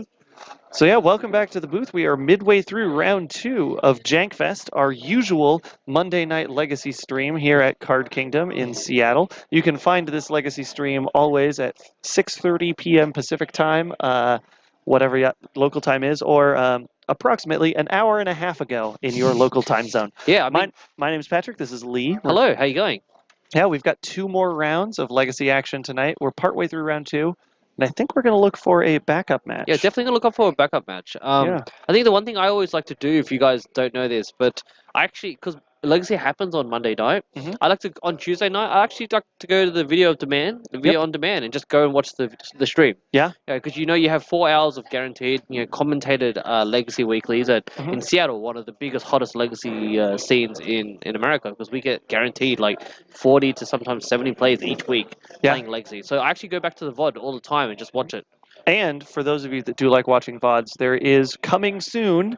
We are going to be dumping the past year and a half's worth of VODs. We've got them all saved, and they will soon be getting dumped onto the Card Kingdom or Mox Boarding House YouTube page. You can see details about that page just down there on the bottom of the screen, Yep. right underneath the Twitter, just right there, right Hopefully. where I'm pointing. Yeah. If you head there, soon we will be uploading them. I think I've mentioned in a couple other places before, we've got over 50 weeks of videos, so much over a year. Legacy, So much Legacy. it's taking a bit to go through, find the ones that have audio that worked, and a couple other things. We'll get that back up. All right, we're going to go find a backup match, hopefully. For those of you who are joining us that didn't hear us saying what sorts of decks we've got on tonight, we've got people playing Mono Black Creature Sack, some normal things like Rug. What do we got? Turns out they do have a third game. They have a third game? They have a third game. Why a third game? They said third game. Why do they have a third game? I thought Joel won the first game. I thought Joel won the first game too. Anyways, we have a game. All right, it's 1-1 now, I guess. I thought he won. I definitely thought he won the first game. They just said third game. Okay. Maybe he messed something up and definitely I think he scooped whipped. maybe. He could have. Because it's hard because we don't have audio, so we can't see what's happening. So maybe Yeah. he scooped the first game. Yeah. But no, we did specifically ask people this week to bring Jank for Jankfest 2019. There is usually like about of the people playing Jank this week, about half of the time we're at double amounts of Jank as normal. Yeah. Normally, like you get like 25%. Like a lot of people bring interesting decks because they love the brew. Seattle has a lot of brewing, like a lot of, but also Seattle just has a lot of like tiered competitive players. But you have a mix. Some people have access to a lot of decks in Legacy just because the type of jobs here, but also people have been playing Magic for a long time here because Magic was created in Washington. All right, so checking in on the game. Sorry. Joel setting up with a whole bunch of eggs here, a couple baubles, but facing down a ley line. But with the Ratchet Bomb, in about 5 turns, he can finally have an answer to that. Is that... That's the Goblin Crater Maker. Oh, Goblin Crater Maker? Yeah, it uses the blob colorless stuff. He's used it on me a lot. He's used it to kill my Khan so many times. Yep, there goes the Ratchet Bomb. Which is quite important here, that, Ratchet Bomb could have dealt with these... Wait, he's worried about the ley line, right? Yeah. Hey, you don't need to spend a lot of money to build pure jank. I've got a friend out there tonight who is borrowing my copy of Ruby Storm. You can build Ruby Storm in its entirety for about $200. Burn is I've seen Burn win so many tournaments, and they're like $200 as well. But Burn's not jank. I know, that's true, but it's very spiky.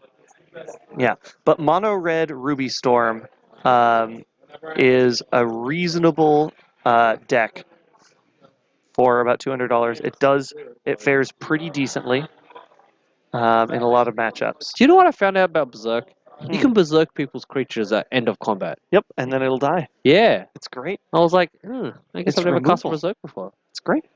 Yeah, Joel just trying to spend as few resources as possible, dig as deep into the deck as he can.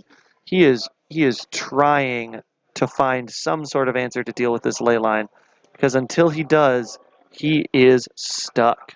Yeah, I can see that. I'm assuming they're all just going to assume the board state here that Joel's whole entire graveyard is exiled. But yeah, he's digging really hard.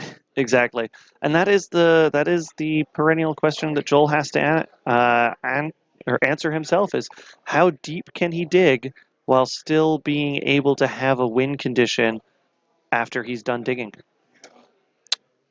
Yeah, and the funny part here is that the win con is also making blue that is echoing truth. Mm-hmm. I thought that was funny. Here he goes. One more. Oof, a star, and there he is scooping it up. Yeah. Now I'll go get that back up. There we go. Now we can get the backup match. Sorry, we called that one just a little bit too soon. That means that Painter is actually getting there, not Eggs. We definitely missed what happened in one of those. So welcome back. My name is Patrick. We're back here in the booth. Lee is out finding a backup match. We are here at the officially unofficial Jankfest 2019, hosted at Card Kingdom Seattle at their Mox Boarding House location in Ballard. We do this legacy stream every Monday night, though this one is specifically, we're trying to highlight as much jank and spicy brews as we can because the spice must flow. So, some of the decks that we have tonight, definitely not things you normally see. Who do we have as our backup match? We have Jeremy Edwards. Ooh, what's he on? Jeremy Edwards. He's on Depths something, playing against Bant Stoneblade. Oh, which is a quite generic match, but Yeah. we just have to get the last match because everyone else is. Everyone else is wrapping up, yeah. in between games. Yep. Yeah, and Bant Stoneblade is a little bit atypical. You don't typically see, like, a lot of Stoneblade decks are either blue-white or Esper. So this is jank adjacent. Jank adjacent. We'll take it. It's the best we can get right now. Also, we do have about 30 people here tonight, though, so that's a great turnout. one great thing I always appreciate with Jeremy Edwards is he plays competitive decks, but he always puts his own spin in it. Yeah. You know, he always puts his own deck. And the good thing about Jeremy, he's always like maybe 1 or 2 metas ahead of knowing what's good to put in his deck. Sometimes he's like a little bit too far, and he's like he's the next step of in front of everyone. But also at the same time, he's a genius player. They're at 1-1, and Jeremy's on the play. Perfect.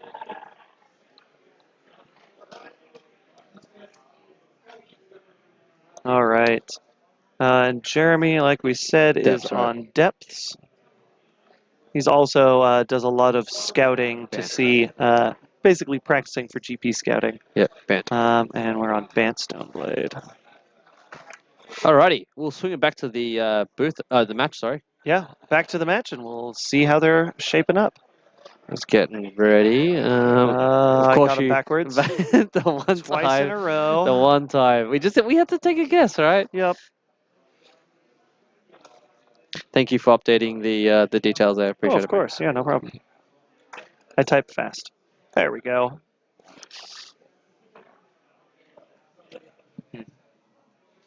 Yeah, Jeremy doesn't know how to jank. Well, if Jeremy wanted to set his heart to jank, he could, and it would be truly impressive. I don't think the world is ready to handle that kind of power. I've seen him play Enchantress a few times.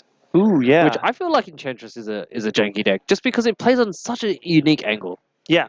And it plays so strange too. Mhm. Like you just basically gum up the board for as long as possible, and then suddenly draw into enough mana and enough cards to beat face with Emrakul a couple times. Mhm. It's fun.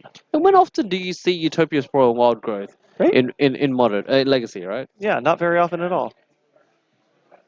I mean, I actually, because I'm a known Eldrazi like club host, big mana deck player, Mm-hmm. and I once brought because Wasteland Rex are all the decks I play. Yeah. Right? Mostly, not Eldrazi aggro, but I once brought mono green devotion, and Yeah. just wanted to green suns for like 1,000,000. Yeah. And also primal. What's the Primal green Surge. one? No, what's the no primal surge? What's the other one that like Genesis Wave? Yeah. Yeah, so I was trying to Genesis Wave and green suns for 1,000,000. Um, and it was fun. I ended up going 2-2, which is quite funny. It's not bad. Yeah. It's about what I would expect. Mono green Stompy. Excuse me. Not even like prison Stompy, but like just mono green big dudes. Could actually probably get some games, wouldn't it? Oh yeah, like pick up some Veil of Summers. Just things that just consistently cost green or just above curve. What's the triple green guy that's recently was in standard that can't be blocked by 2 or less? Oh, and it's an elf too. Yeah, it is an elf randomly. It's a guy drawing. Yeah, Silly Jam champion. Champ. Oh, Yeah. that's Alex. Hi, Alex. Of course, that's Alex. Yeah, Still Leaf Champion is a big dude. hmm He's a big boy. He's a beefy boy. All right, we got a turn 1 Thoughtseize. Off the Targeting Urborg. you. Ooh. Yes, there is a new triple green. That's why I brought it up. There's a new triple green guy that he's a 4/4, comes with 4 counters, and then when you play a green creature, it grows. And Yep. if that creature has bigger power than him, he grows again. Yeah, he's awesome. He's like turbo evolve. Yeah, he's double evolved most of the time, and he'll still grow off of things smaller than him. Yeah, as long as they're Which is green. great. Yeah, But imagine like that guy into Still Leaf yeah. for some bizarre reason. Yorvo the Giant King. Ah, I mean, yeah, killing the Hydra, another big yeah. one. Okay, so we're looking at, so Jeremy's staring down a Thespian Stage, a Vampire Hexmage, an Elvish Reclaimer. Yeah, I you feel take the like Reclaimer. Colin's not on Ben Stoneblade. Either that, or he's got a very transformative sideboard we weren't aware of. Someone has meted this incorrectly, but it's okay. I mean, Ben Stoneblade could play Ghost Quarter, but To add some skepticism to that. I love it. Where are the days when people were playing 4 Urborgs into Mono Black Reanimator? Right? Those were the days. There's Jeremy's own Reclaimer. Can we just talk about Elvish Reclaimer for a second now? Yeah, That card is bonkers. it's an amazing card. Oh, Pithing Needle naming. I'm betting Ghost Quarter. I mean, he didn't. I mean, I don't think he wants a Ghost Quarter in response, but let's. He's Hexmage. Hexmage, yeah, So- okay. I was talking to an experienced depth player. His name was Mike Kiesel, Mhm. one of my idols. He's a fantastic player. He's won 1Ks back to back on the same weekend on a casual, coffee break if he could. Mhm. And I asked him if I'm needling something, what should I name, Hexmage or Thespian Stage? He goes, obviously, if you know their hand, there's different information. Like example, you're playing Spyglass, Mhm. but like if you're just naming a card, he said Hexmage is probably better Really? because they can if they just go Hexmage land win, that's a higher chance than going like stage I need 2 mana and a depths, Hmm. right? Or like you can go stage Urborg depths and another land. Like Hexmage is faster. Yeah, that's interesting because I think Stage has more utility. It can do more things when you don't have the combo. That's true, and also stage is uncounterable. But like I don't know, Yeah. I guess I don't really play needles. I'll play Spyglass because I like to see what they have. Yep. But I think Hexmage is just scarier to me as well, and I can see his point. Mm-hmm. Because sometimes you name stage and then they just go Hexmage. Yeah. So it's very hard to play around. Second needle. All the needles. Yep. He's like, whatever. Yeah, if I were Good name. Jeremy and I saw 2 Pithing Needles there. Oh, naming the Ghost Ghost Quarter, Quarter. though. And I appreciate him pointing it. It really Yes. helps us here in the commentary booth. He knows how to be on stream. He has experience with it. Yep. And I guess the interesting point here is that Jeremy is probably named because he's also playing the same deck here. Mhm. So whatever he names, it's also going to be conflicting with his own deck. Yeah. Mind you, this Elvish Reclaimer is still a 1/2. And the first strike on the Hex Mage is not dead text.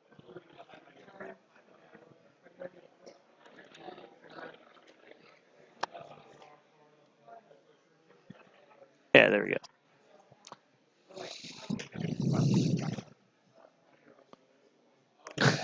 I'm just gonna say this is basically a Merit Liege slumber party. Yeah, Everyone's just like, hey, let's play Dark Depths because it's a funny card. Dark Depths is fun. Lots of people jamming Dark Depths. All right, Reclaimer going to work here. What is Jeremy going to be looking for? Do you know what's really interesting? Do you know how you get some of those cards sometimes when they just have so much text you forget what's on them? Yeah, The Hex Mage is one of those. I always forget that she has first strike. yeah, You it's know, great. it's also like similar like the big Thalia. You know the Thalia that makes lands come in tapped. Mhm. I sometimes forget she has first strike. Yeah. I know it's Thalia. Thalia always have first strike, but like Mhm.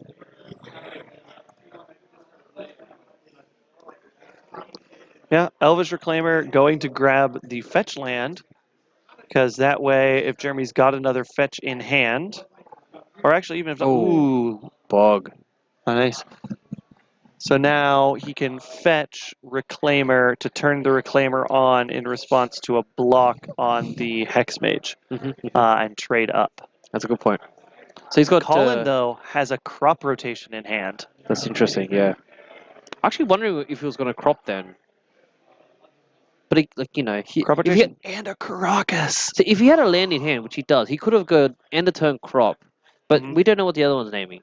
He's got a Verdant Catacombs, a Caracas, What is that other pinning needle name?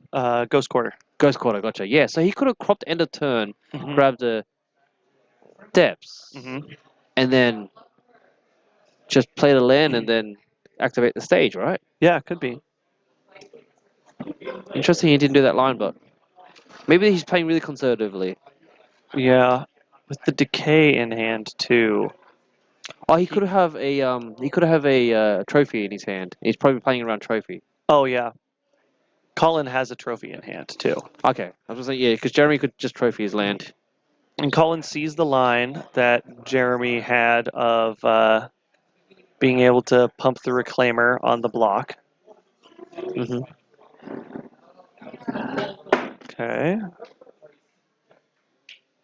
And he's doing it again. Yep. Yep. He's getting Doing it some again. value. Probably sock. Oh, interesting. Oh, no, I'll sack the land. Yes. Yeah, Get the sack the- forest. It's either saying sack that or sack. The bog. Yeah, maybe sack the bog. Probably don't need the bog anymore, right? I Yeah. think basic's probably actually pretty good now. Thespian stage. And now, if Colin does it right, now might be the time to trophy the stage. Yeah, I agree.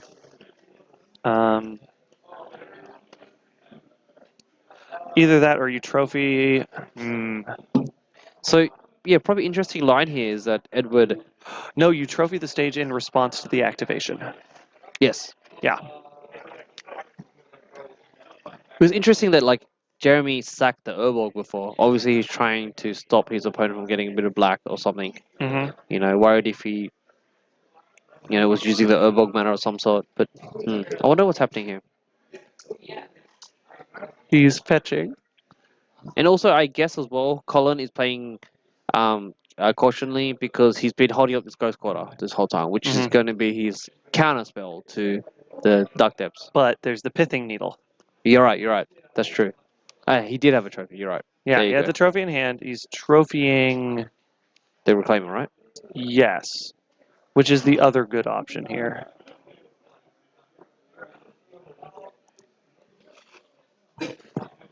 Jeremy does have a crop rotation in hand, though. Yep.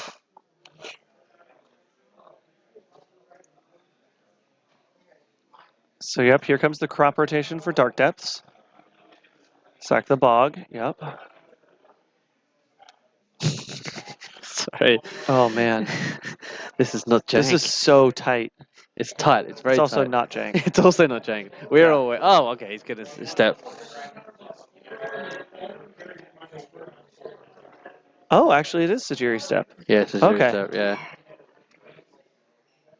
Yeah, Step here is Probably the better option. We will be getting Jake next round. We're just Yeah, trying yeah. to finish off the round. Exactly. It's better than us just sort of sitting here chatting. I mean, these gentlemen are having a fine, tight game of Magic, Mhm. but there is no soul herders here. At least not yet. Not yet. Duress. Duress. All right. Ooh, with the crop rotation in hand. Yep. I guess you could fire it off. Zesty Tech from Colin. He can play the second Thespian stage, and then if Jeremy plays a Dark Depths, he can double Thespian stage to make 2 Dark Depths, and then he'll have to sack he'll end up sacking one of his Thespian stages. Yeah. No, but like, even that, Colin has 2 activations because he can stage and then also sack his Hex Mage. Yeah. So he has 2 attempts at it, while Jeremy has 1. Yeah. Because I'm assuming Jeremy's gonna. No, he can't go for it because the lands are up. It's such a Especially now bizarre with the matchup. Caracas up. Yeah, Yeah. Krakos, yeah. Yeah, not enough mana for it right now. Is there a Lord Windgrace deck here tonight we can get on camera? Why didn't you bring one, Alex? Yeah, not that I know of. What does Lord Windgrace do? Lord Windgrace is the Planeswalker that What? does land things. It's from Commander. John, wow. Yeah. You get to loot if you drop a land card, you draw an extra card. Return land cards from your yard to play. And destroy 6 non-land permanents, create a bunch of cats with 6 Forest Walk. cat, two cat warriors. Yeah. That's a lot of cats with Forest Walk. Wait, does he make anything of forest? Or you just No. You just want your opponent to have Song of the Want your Dryads. opponent to have some. Yeah. Oh, yeah, you run Song of the Dryads in there. Oof. Hey, so I'm in a lot of like Facebook groups regarding to just interesting decks and stuff. Mhm. And I saw a friend today show me that he Song of the Dryad a Ren and 6 Ooh. and then Vesuvied it. I thought it was a Jace, but I think he did it to a Ren and 6 by mistake. So he Vesuvied the Ren and 6 and then activated the Ren and 6. Wow. Oh man, I thought it was a Jace, but yeah, he's like, no, I did it to a Ren and 6. I'm like, oh, that's hilarious. That's amazing. He's playing Cloud Post. Oh, what? And he's still gonna dry out the Planeswalker, then copied it. Wouldn't that just die to state-based effects because it comes in with 0 counter? Oh no, because Vesuva enters as a. Oh wow. Oh Copy wow, of that's it. great. Oh man, it's so good. Mm-hmm. So now I want to play Song of the Dryads and make my own Planeswalkers. Exactly. Make your own anything at that point. Yeah. I also had an awkward scenario once where I Song of the Dryads a guy's Jace, and then he tapped the forest called Jace the Mind Sculptor, and then casted another Jace. And I'm like, I think it dies. Because they're Yeah. both Jace. Yeah, you gets to pick one of them to die. Yeah, pretty much. I hope he chose the one that was the land. Of course.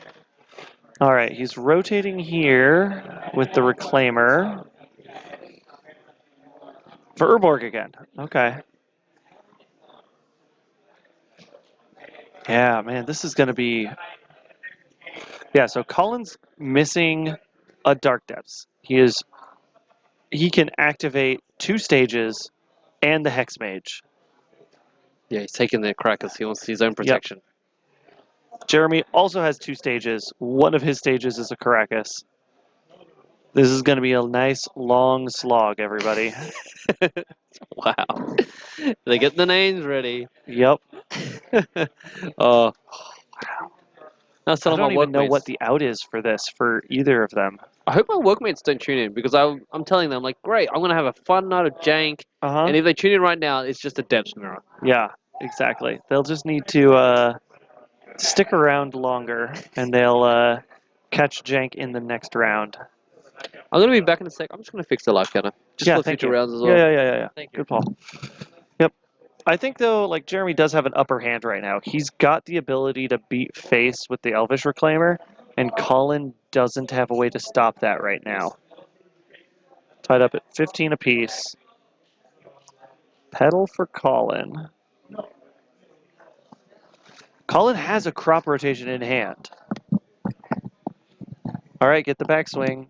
You're going to lose that race, Colin. It's invigorating gameplay here. Yeah, there was the attack in from the Reclaimer. Is that?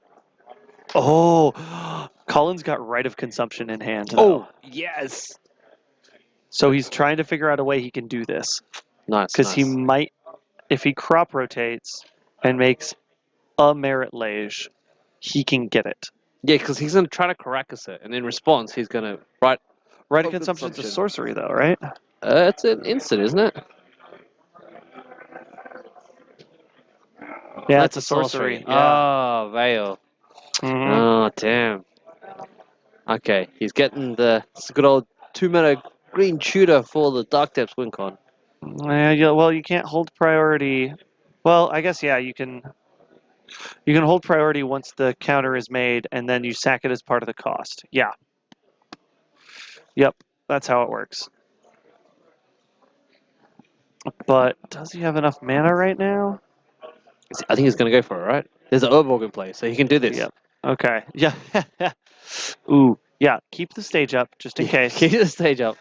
Yep. Make copy. Do the thing. So wait, he can still Hexmage as well if he wants. Yes. And Jeremy can also. He can make a copy of Dark Depths with his Thespian stage, That's and then correct. make a second copy on his turn. Yes. So he can get a Merit Lage on his turn. We can have Merit Lage party. He didn't tap out of black because Jeremy has an Urborg right now. And Jeremy doesn't have a way to sack the Urborg as far as we know. Or if he does... oh no, if he crop rotates that Urborg right now, Colin's stuck. Hmm. The Oof. type match. Yeah. Honestly, if I was Colin, I would have kept the Bayou up and tapped the Ghost Quarter. I probably would have scooped and went to sleep. That's why we're in the booth, not down playing games.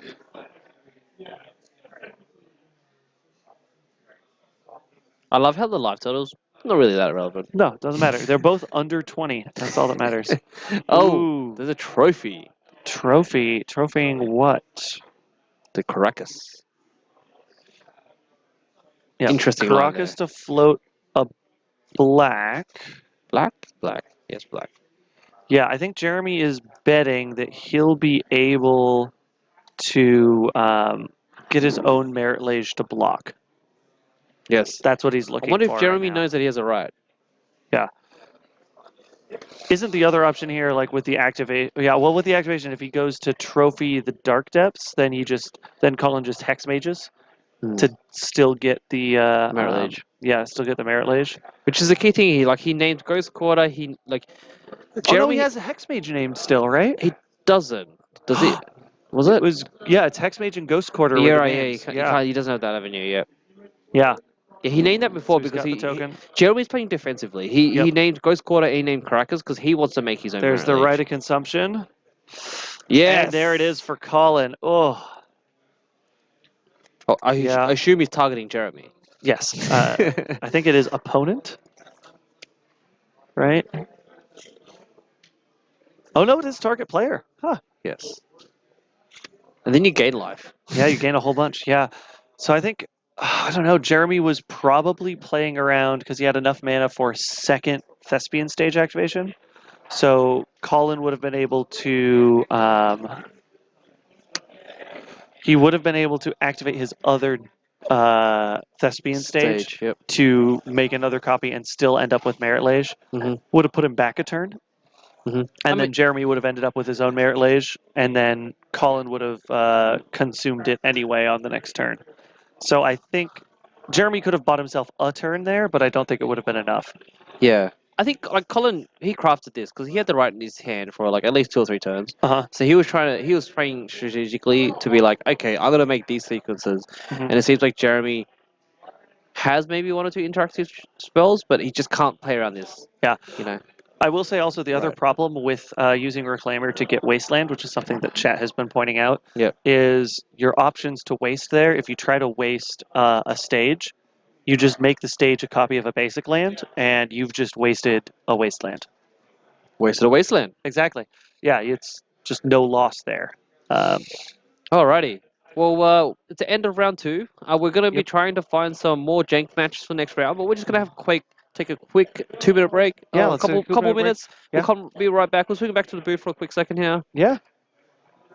Yeah. Thank you, everyone who has been joining us here tonight. I am Patrick. This is Lee. Hello. We are here at Card Kingdom's Mox Boarding House, Seattle, or Ballard, more accurately. But we're here with the officially unofficial Jankfest 2019. Yes. Just our normal Monday Legacy Night magic. Except we've decided to encourage our friends to play more Jank tonight and feature more Jank on the stream. So we'll be hopefully showing some more of that in the next round rather than a mirror of depths. So, Definitely. yeah. With All right.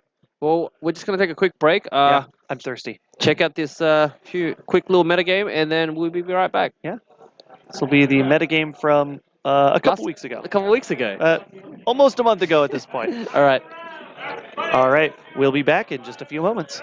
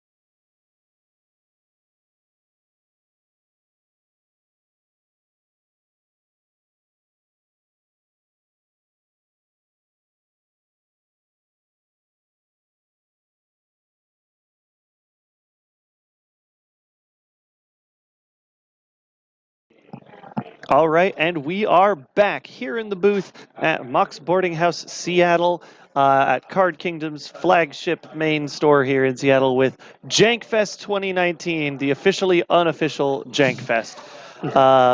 I'm Patrick. This is Lee. Hello. This is our normal Monday night Legacy stream. It usually starts at 6:30 p.m. Pacific or about 2 hours ago in your local time. You can catch us every Monday night with this. We've got on this channel Thursday night Modern. We're modern from the Bellevue store. Yep. That's quite a big store, quite an impressive store that is. Yes. They, Very nice. the other casting team, they do modern there, but they also play modern and legacy on that night. But Exactly. they only just cast the modern stuff. Yep. But yeah, and then we have legacy here on Mondays, obviously. Legacy on Mondays and occasional Saturdays. We've got either Pauper tournaments going on. We've got Legacy tournaments sometimes. All sorts of stuff happening on this channel. So if you like live paper magic action in any sort, check out this channel. Yeah, there might be a schedule somewhere down in the description. Yeah, I think Chris also sometimes plays Arena. Yep. People do like illustrations and stuff. Like I've tuned into the channel here and there. Yeah. You know, All sorts of cool stuff. lots of entertainment. They've actually got a proper schedule and stuff. But right now, Legacy. So we've been trying to highlight as many jank decks as we can tonight. We've seen the Creature Toolbox of Annihilation is the name we gave to that deck that we saw in round one and took it very handily against, what was he even playing against again? Blue Red Delver. That's right, he took down Blue Red Delver. He's apparently on a tear, so it seems. Last round we got to see Red Painter versus Eggs. Eggs. That was the first time I've experienced Second Sunrise Eggs and watched the match of that. Sunny side up. Sadly though, Painter took it over Eggs, though we called that wrong for a bit. And then we got to watch a Depths Mirror match, which is decidedly not jank, but it filled some time for us. It filled some time. We have to get the last, last 10, 20 minutes wrapped up, and it was just basically down to intense interaction and stacks and sequencing. Yeah, crazy things. So yeah. This necktie I picked up at PAX 2 years ago at I think ThinkGeek's booth, and ThinkGeek is kind of like going out of business or something now. So that's sad. I really like them. Yeah, well, they're kind of like they got absorbed or bought by GameStop, and so now GameStop stores turns out no one's buying physical games anymore. So they're turning a whole bunch of GameStop stores into like ThinkGeek boutique type stores. It's weird. You might be able to find it there. It is like officially like Wizards of the Coast licensed necktie though. No, that's cool. Been wanting an excuse to wear this. So that is a perfect time to wear, right? I know, right? All right. So we have some interesting decks running around tonight, as some people have heard. So Bant Soul Herder is the one that I want to definitely see, and I definitely want to remind myself, what the heck is Soul Herder? Oh, mate, this is an all-star modern at the moment. It revolves around ETB, creatures entering the battlefield, and it actually revolves mostly around Eternal Witness and Ephemerate. Oh yeah, Ephemerate. Okay.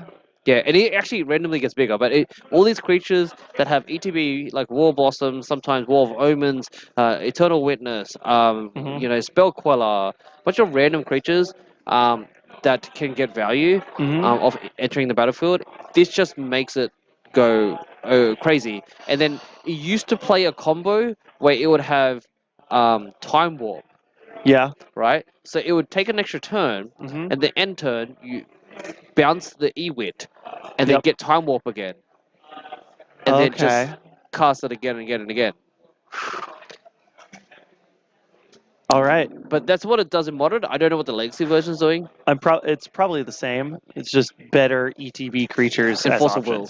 And Force of Will, yeah. Yeah, we also have humans floating around. We have Black Painter, which is an interesting one. I don't know what Black Painter is all about. Yep. We also have Ruby Storm. We've got Mud. I love Mud. We have someone on Mud? Yeah, Prison Mud. Oh, nice. Ian, yeah. Okay.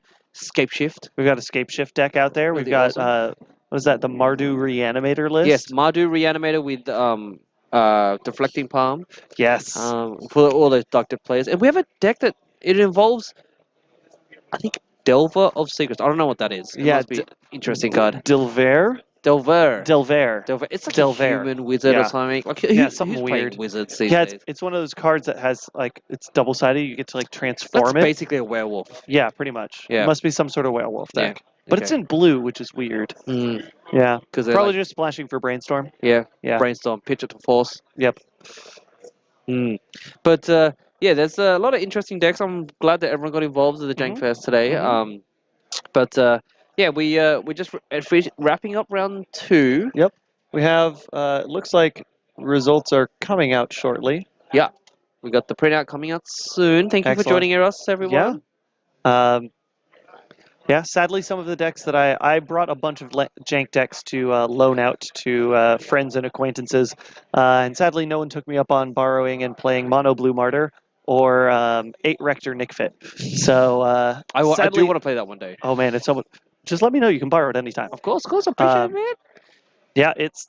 I just love Wonderful. getting Ugin in play, just like cheating it Yeah. in and just be like, Ugin. Why not? Yeah, Ugin's great. Ugin on turn 3 is even better. That's so good. Yeah. All right. Good point in the chat there. Alex says that Eternal Witness can buy back Force Negated. No, our Scapeship player got the buy. Oh no. Okay. That's all right. Do we want to get the I definitely want to. Table 1 has Storm versus. I want to get the Ruby Storm guy. Yeah, let's see how he's doing. Sure. Oh, he's at the very bottom versus Jeremy Edwards. Okay.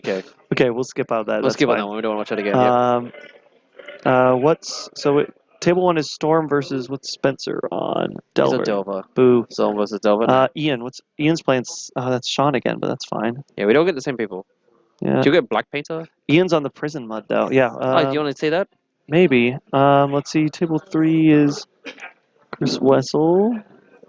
Chris Wessel. On Rug Worm?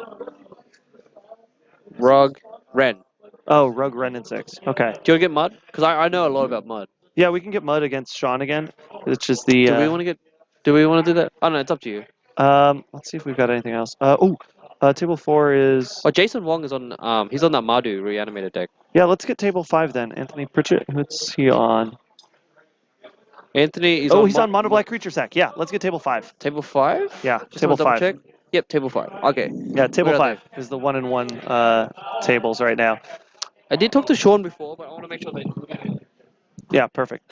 Yeah, Black Painter. We're not 100% sure, or at least I'm not 100% sure what Black Painter is. So we'll hopefully see that shortly. Greg Mitchell tonight. Our scout pegged him. Where is he on this list? We got the non-alphabetized list, so it takes a sec to find things. Greg Mitchell is on Rug tonight. He is not participating in Jankfest. There is no official prize for the jankiest jank at Jankfest, because the truest jank is the jank inside your heart. But we are featuring more people on stream that are wanting to play jank tonight. So the Mardu play, I forgot. It's actually not reanimated. It's Mardu Dead Guy Ale with deflecting palm. Oh, okay. Yeah. So that's table 5. Let me. I actually told him to play it because I was like, dude, deflecting palm and Dead Guy Ale, sick. That does sound really sick. All right, so let's get this up. We gotta guess. I'm gonna get. Okay, so there are 2 guesses going on tonight. One is how many times am I gonna guess the players on the wrong side of the field, and how many judge calls will there be for Oracle text? Will there be more or less than 5?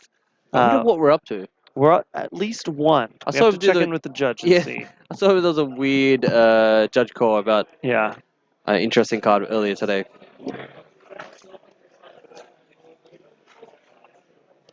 It's like I love that he's like I'm playing deflecting palm for all the depths players. He's just like it's perfect. Deflecting palm. It's perfect your for guy. depths players. All right, we'll swing it over to the booth. All right, let's send it on down to the match while I continue type things up. And I think that's Jason there. Yeah, I think you got the right sides. Oh, yes, for the first time tonight. With deflecting. Yeah. Oh, darn. No, it's all good. Let me fix that so that it fits. DGA for a Dead Guy Ale. And what was he on? He's on Mono Black Creature Sack? Mono black creature sack. That's so funny. Probably Pox is what I'm betting. We'll call it Mono Black Creature Sack. Yeah. Here's a matchup that I'm betting nobody has studied. If nothing else, consider this your prep. Like he's talking to us. Oh, Once again. they got the. Oh, there you go.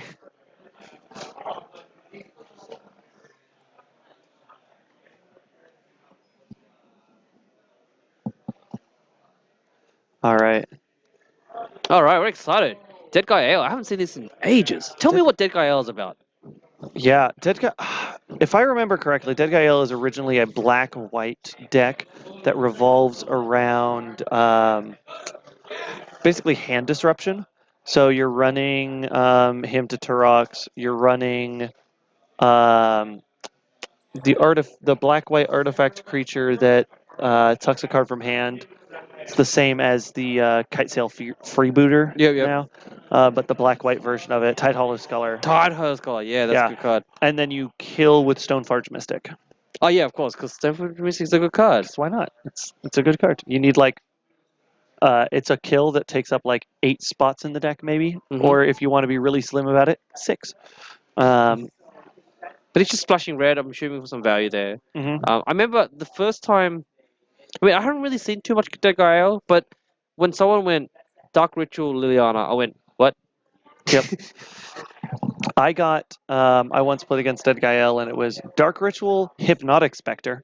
Okay, that's a card. That's when it connects it. You discard a card at random. At random. Yep. That's And then turn 2 was a second swamp, him to Turok, and I got hit.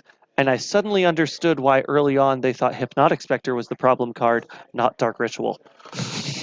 And so I lost 3 random cards from my hand on turn 2. They were on the play, which was rough. That's hilarious. All right. Not 1, 2 cards. Exactly. Off to the races with an Inquisition of Kozilek. For a second there, I flipped out. I was like, is that Evolving Wilds? Is that Liliana Dreadhorde General? Wait, is it actually Evolving Wilds or am I tripping out? Maybe? Yeah, that's actually Evolving Wilds. Alrighty. Cool. Awesome. Awesome. We're doing stuff. Yeah, I mean, if you run out like you Prismatic Vista and you want shuffling effects, I guess. Deck thin? I don't know if that's worth it though. There's the other Dark Ritual that he top decked. Nice, nice. An Edict, I think is what that is. He's got Diabolic Edict in hand as his Alright, third this is card. definitely a spicy one. Yeah, excellent. And he put the swamp back in his hand. The swamp should be in play. Yep. There it is. There you go. Good job. Awesome. Evolving Wilds.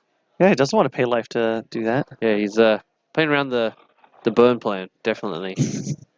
But you know, Jason's also has lost 3 life. Mm-hmm. Yeah, Anthony in the lead right now, technically.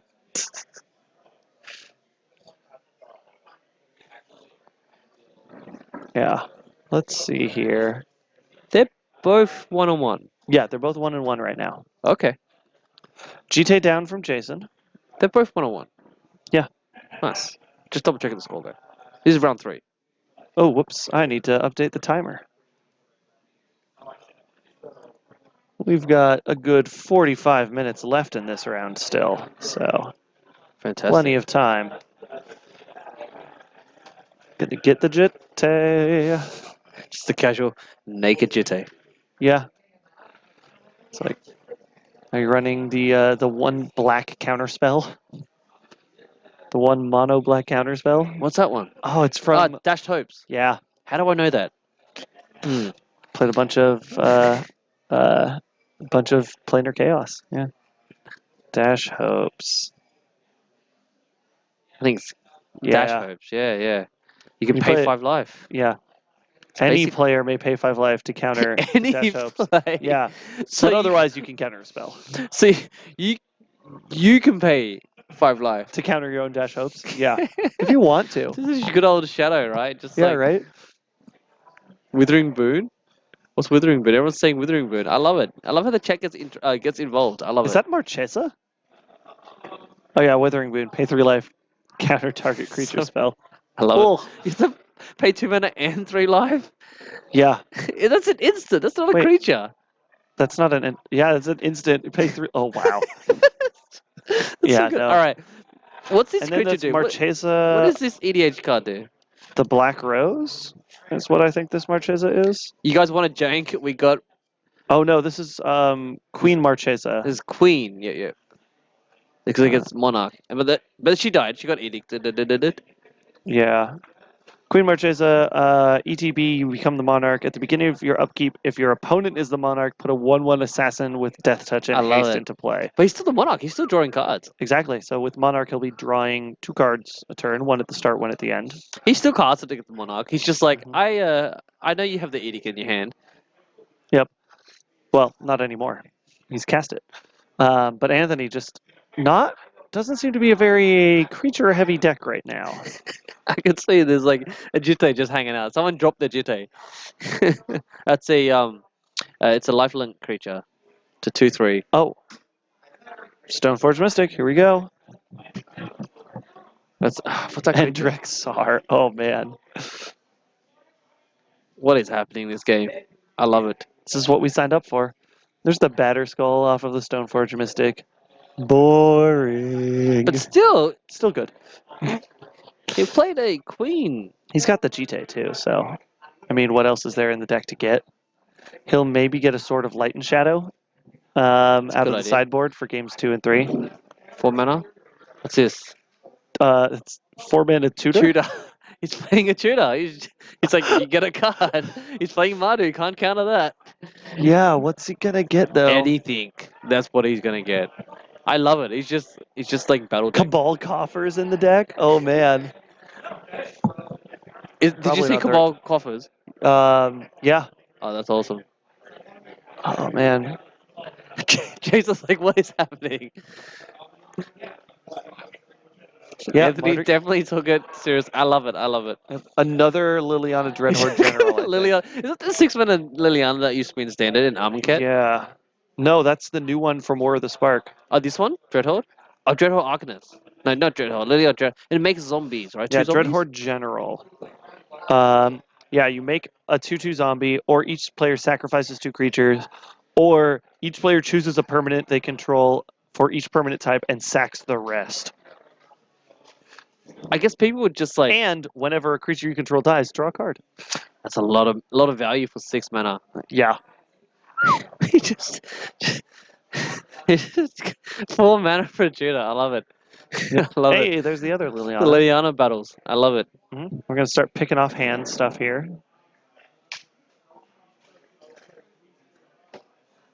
He needs 1 more mana. He can cast He's that got Liliana. but he's got a Dark Ritual in hand. He can do it. Drop Discarding the other tutor. other tutor, as you do. Oh if my he's playing. gosh. I wonder if he's playing that land in standard that gives you black for each swamp you control. No, he's playing the better version of it. He's playing the Onslaught land the that gives Onslaught him version. I didn't see black it. for every. Oh, Yeah, he's got a ritual. I mean, Yeah, why not, there's right? the ritual. Liliana. Dreadhorde General. I love it. It's like anti-tech against the other Liliana because and he's drawing cards because every time he edicts him, he just just draws some more cards. First, clear out the Stoneforge Mystic. Good. Jason's like, It's like, I didn't prepare for this. he's like, my Liliana's 6 mana. It What must the be hell better. is even happening? What the hell is even this? I love how he just rituals into it. He's Yeah. like, I'm playing a 6 mana Planeswalker, but No. I paid 4 mana for it. 1 sec. Use the big die. Maybe he heard me. I don't know. That's the judge. Judge is right there. Can you go have Anthony use the larger die so it's visible on stream? Thank you. Thank you. Thank you. Liliana, is that 2? I'm just going to point out that the big Liliana cannot be trophied. Correct. No, wait. Not trophied. Abrupt Decayed. Yeah, can't be Abrupt Decayed. Valid points, Lee. Yes. Very, very, very value. Yeah. Ritualing into a 6-mana walker on turn 7. Welcome to legacy value. I'm going to attack Oh, with the man. manland. I love it. Casting actual factual diabolic edict. Oh, no, he's not. Why didn't he just attack with the manland? It's a 2/3, right? Mhm. Oh, but he's got haste. It doesn't matter. Ooh, Queen Push, Marchesa push, is push. back again. Ah. No. Okay, that's okay. I forgot that she has haste Yep. and death touch. Yeah. Big oof there. Play land fast. Oh, Here's another the mana. hand disruption from Jason is strong. Mhm. But he has to deal with what Anthony has in sideboard, which is going to be even more scary. Yeah, exactly. Thought seats in the bin. Yep. Here we go. Pump a couple times. Oh, no, not pumping a couple times. Just swing in for damage. Yeah, let's get that life counter a little closer. I think Anthony's at 11 right now. Mhm. Yep. What's he got? I think we got a ritual again. No, I don't think it's a ritual. The fog? Is it a fog? Is there a black fog? There's not a black There fog. is a black darkness. It's in modern. Oh. It's not. I don't know what that is. I What? think it is a ritual, isn't No, I don't think that's a ritual. Anyone in chat know what that is? it? Someone on chat said, "Thank you for streaming Oathbreaker." Yeah. Oh, man. Oathbreaker wishes it could be this fun. Spouter Skull looks like it's attacking. Everything's attacking. Yep. Yeah, Oathbreaker is a lot of fun, though. That should be lethal by my math. It's darkness. I told you. I thought it was Is darkness. it darkness? Which is fog, yeah. Darkness. Oh, dang, it is. For adult combat damage that would be dealt this turn. I Why didn't he cast it? Actually, yeah, good point. Well, there's one game for Jason. That's a close game. Was it, though? Yeah, wow. Alrighty. Well, Yeah. that queen's pretty cool. She's got Mhm. haste. I keep forgetting about that. Yeah, Queen Marches is good. Liliana of the Veil being able to just turn Liliana Dreadhorde General's +1 into draw a card. Pretty decent. Or his the -2 turns that into draw a card because force them to sack the 2/2 zombie token and then they draw off of it. Mhm. Yeah. And these passive abilities have really changed the way people analyze planeswalkers, right? Yeah, definitely. Yeah, we'll see. We'll see if they continue to use passive abilities for planeswalkers going forward. I know they've kind of stopped on that for Throne of Eldraine, Mm. but I think it's something that they're definitely going to bring back at some point. But they want to be a little more careful about it and do it maybe in a standard where there aren't 20 billion planeswalkers running around. Yeah, but they were just hanging out with Nicol Bolas. He was hosting a rave, I know, right? and they wanted to come hang out with him, and then he accidentally, was just playing the wrong song. He was going to have the party in Amonkhet on his party barge, Mhm. and then it's like, no, people were too cool for that, so they went to a party in the city planet. Yeah, symmetrical passives, yeah, like Narset. Yeah, or no, because if they did that, then Khan will be really bad, and Yeah. I really like Khan. Yeah, there was that time. Was it last week where you were playing Karn Oh and you dropped the Mycosynth Lattice against your opponent that had Null Rod out, Mhm. locking both players out completely.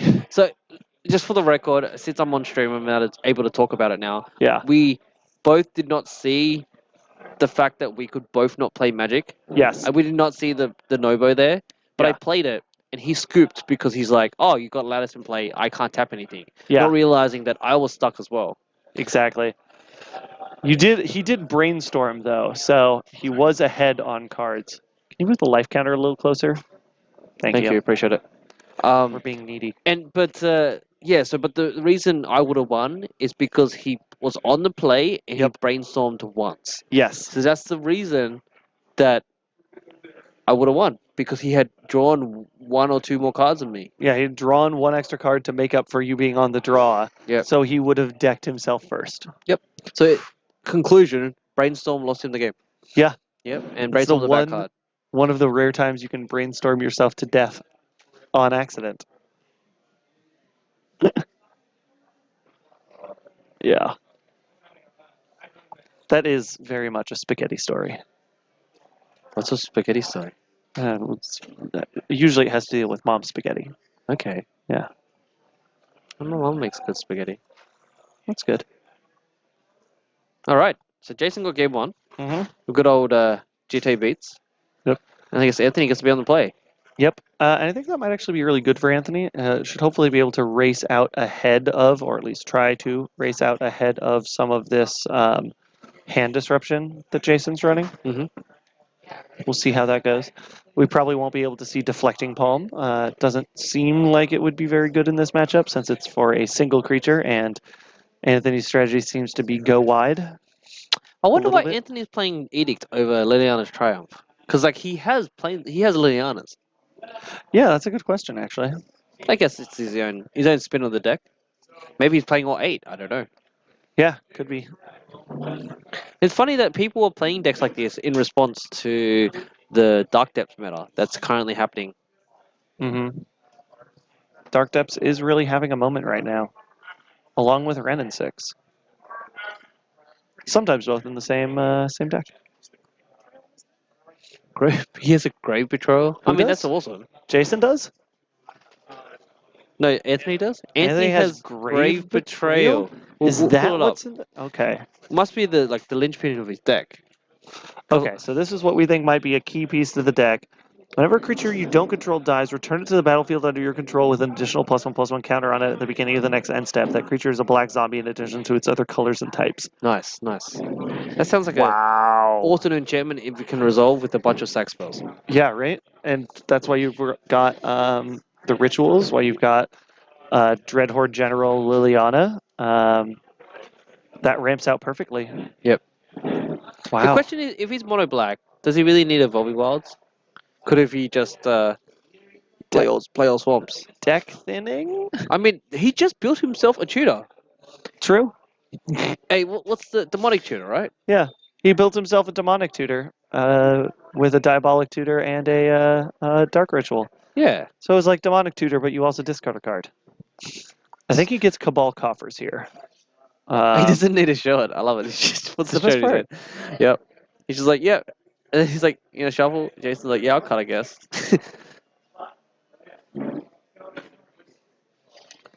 Let's see here. Yeah, Fetch and from Jason. Alex is right. If demonic tutor made you discard a card, I think it would still be broken. Oh, it'd be way better. It'd be 100% better because like Storm would love to like pitch extra cards to the yard. That's true. You've got Past in Flames. Yeah. How about discard 2 cards? Mm, Black and a colorless. Discard 2 cards, like Cathartic Reunion in a sense, but it tutors for a card. ooh. That's tough. I still think that would be really good, but not quite as good. Like good old usual Stoneforge Mm-hmm. plan.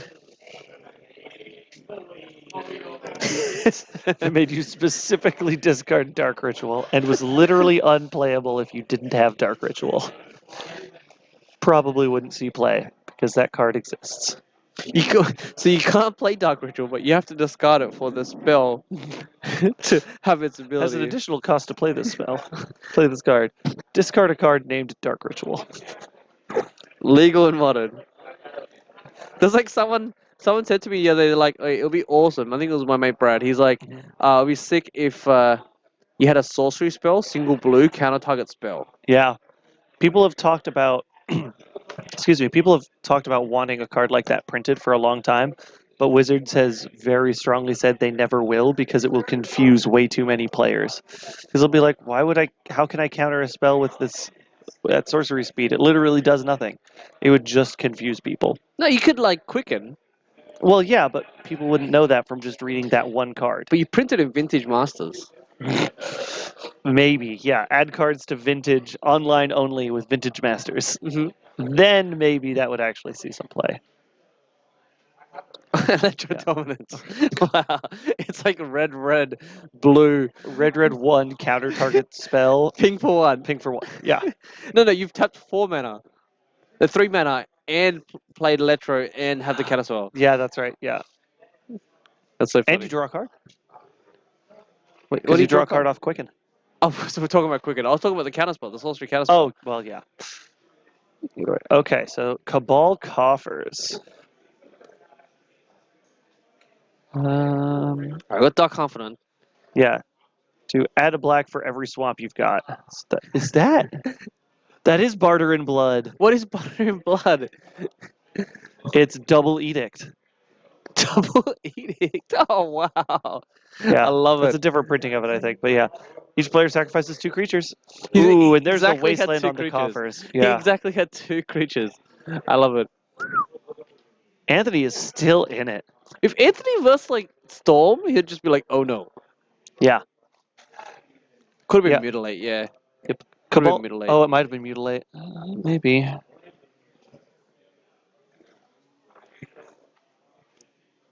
Yeah, mean- I think it was Mutilate. Could have been either one. But good catch there, chat. Mm-hmm. Got the old Lingering Souls. Yeah, I played Nick Fit deck that ran a lot of Lingering Souls. Turns out you can just win games with Lingering Souls because people don't have answers to 1/1 flyers. Weren't people like testing it There's in the Grave Maverick? Betrayal. Grave Betrayal. Oh, but he needs 2 rituals. Yeah. People were playing a Maverick at some time, weren't they? Like 1 or Oh, 2 yeah. of. Yeah. Yeah. Just like some flyers. Turns out it's good. Yeah, block with Merit Lead for 4 turns. Sounds Mhm. good. Sword of Fire and Ice. Swing a ding ding. I'm excited for this Grave Betrayal. I hope he resolves it. But he wouldn't even get the tokens back, which is sort of awkward. Yeah, right. It's got the tutor. But the Sword of Fire and Ice on a spirit token is coming his way soon. And Oh, the useless Wasteland. mostly useless wasteland. It kites him off of another Cabal coffers. Yep. But Jason likes drawing cards. Yeah. It's gonna him. Is 1, he gonna 2, him? 3, No, he's gonna 4, attack 5, 6 damage a turn now. Shock. Shock and draw. Boy, Shook he's, a draw, shook a draw. he's got a push. What's he have? Here's darkness. It's like it's really dark. Darkness. No. And I love how like parents. he was about to him. He was about to him pre-combat. He's like, no, I'm gonna him post-combat. Oh. Oh, punished, Jason. Punished. Yep. 2 cards at random. Looked really dark, didn't it? Yep. The arena sleeves. What's the sleeve artwork? I don't know. Reroll 5, reroll 6. 4. And then 1, 2, 3, 4. is that a planar portal? What? The middle one? Yep. And what? No, that's not the right one. What the heck is that? Is that? Oh well. Yeah, that's a planar portal. Really? On his 6. artwork. Well, yeah, but in his yard now. 6 tap. Search your library for a card. Put it into your hand. Wait, is it in his hand or the artwork? Which No, one that was got it? discarded. Oh, the planar portal. Yeah, planar portal got discarded to the Hymn to Turok. Oh, okay. Yeah, I don't. What is happening? I don't know. Please call for help. It seems like Anthony loves expensive, doesn't it? Yeah, seriously. Oh my god. He really wants to put the cards in his hand. He wants to tutor at any cost. Greatness at any cost. I love it, Anthony. Even I if love that it. cost is probably too much. And loses. What is that top card there? Is that the double sack? No, it's a sack. Is that Edict, right? Wait, something? That is Liliana's edict, whatever it is. Triumph? Not Triumph. Is it? No, that just might be the edict. I think it's just another Edict. Yeah. One way or another, got rid of a token. Still has to find a way to get rid of the other one, and then deal with the flashback. Kaya. Kaya Ghost Assassin. Ghost Assassin. Maybe it's Drain Life. Yeah. No, not Drain Life. Does Train Life have an expo on it? So funny. Ah, yes. It was a foreign Kaya of some sort. Yep. He rolls the dice on his phone. Hey, if it looks dumb and it works, it's not dumb. He's can exile 2 cards, right? And then from graveyard? Or just Yeah. gain life? I think it's Kaya Ghost. Just type in Kaya, right?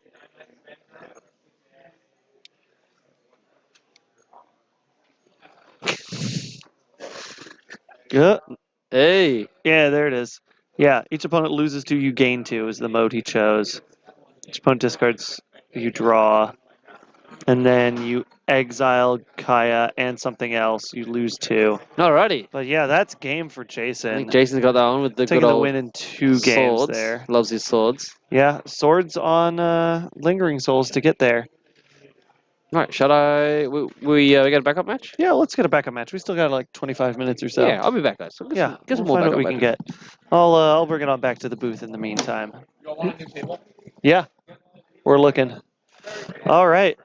Well, we just saw some extra jank right now going on here in round 3 of the night. Hello, my name's Patrick. Lee is usually sitting right here, but he is finding us a backup match.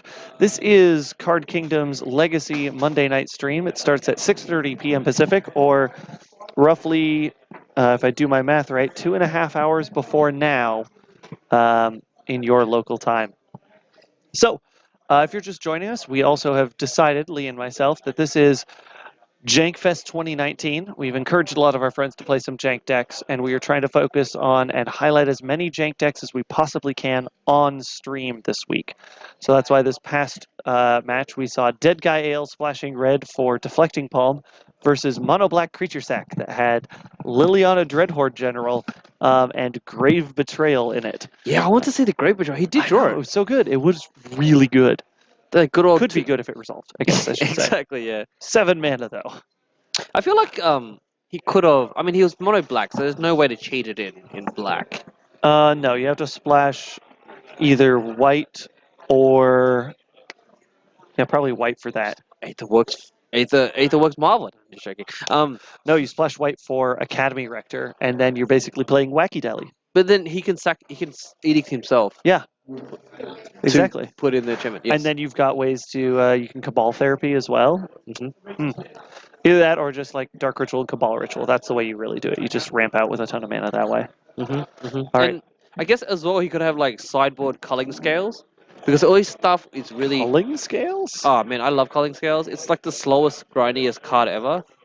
And what it does is like you destroy the lowest CMC permanent every upkeep. Oh. Oh, your upkeep. So you can like slowly just because he didn't have any creatures, and all his stuff was really high. So that's just like drop of honey, but an artifact. Pretty much, yeah. I analyzed everything in a colorless lens. All right, let's go to the match.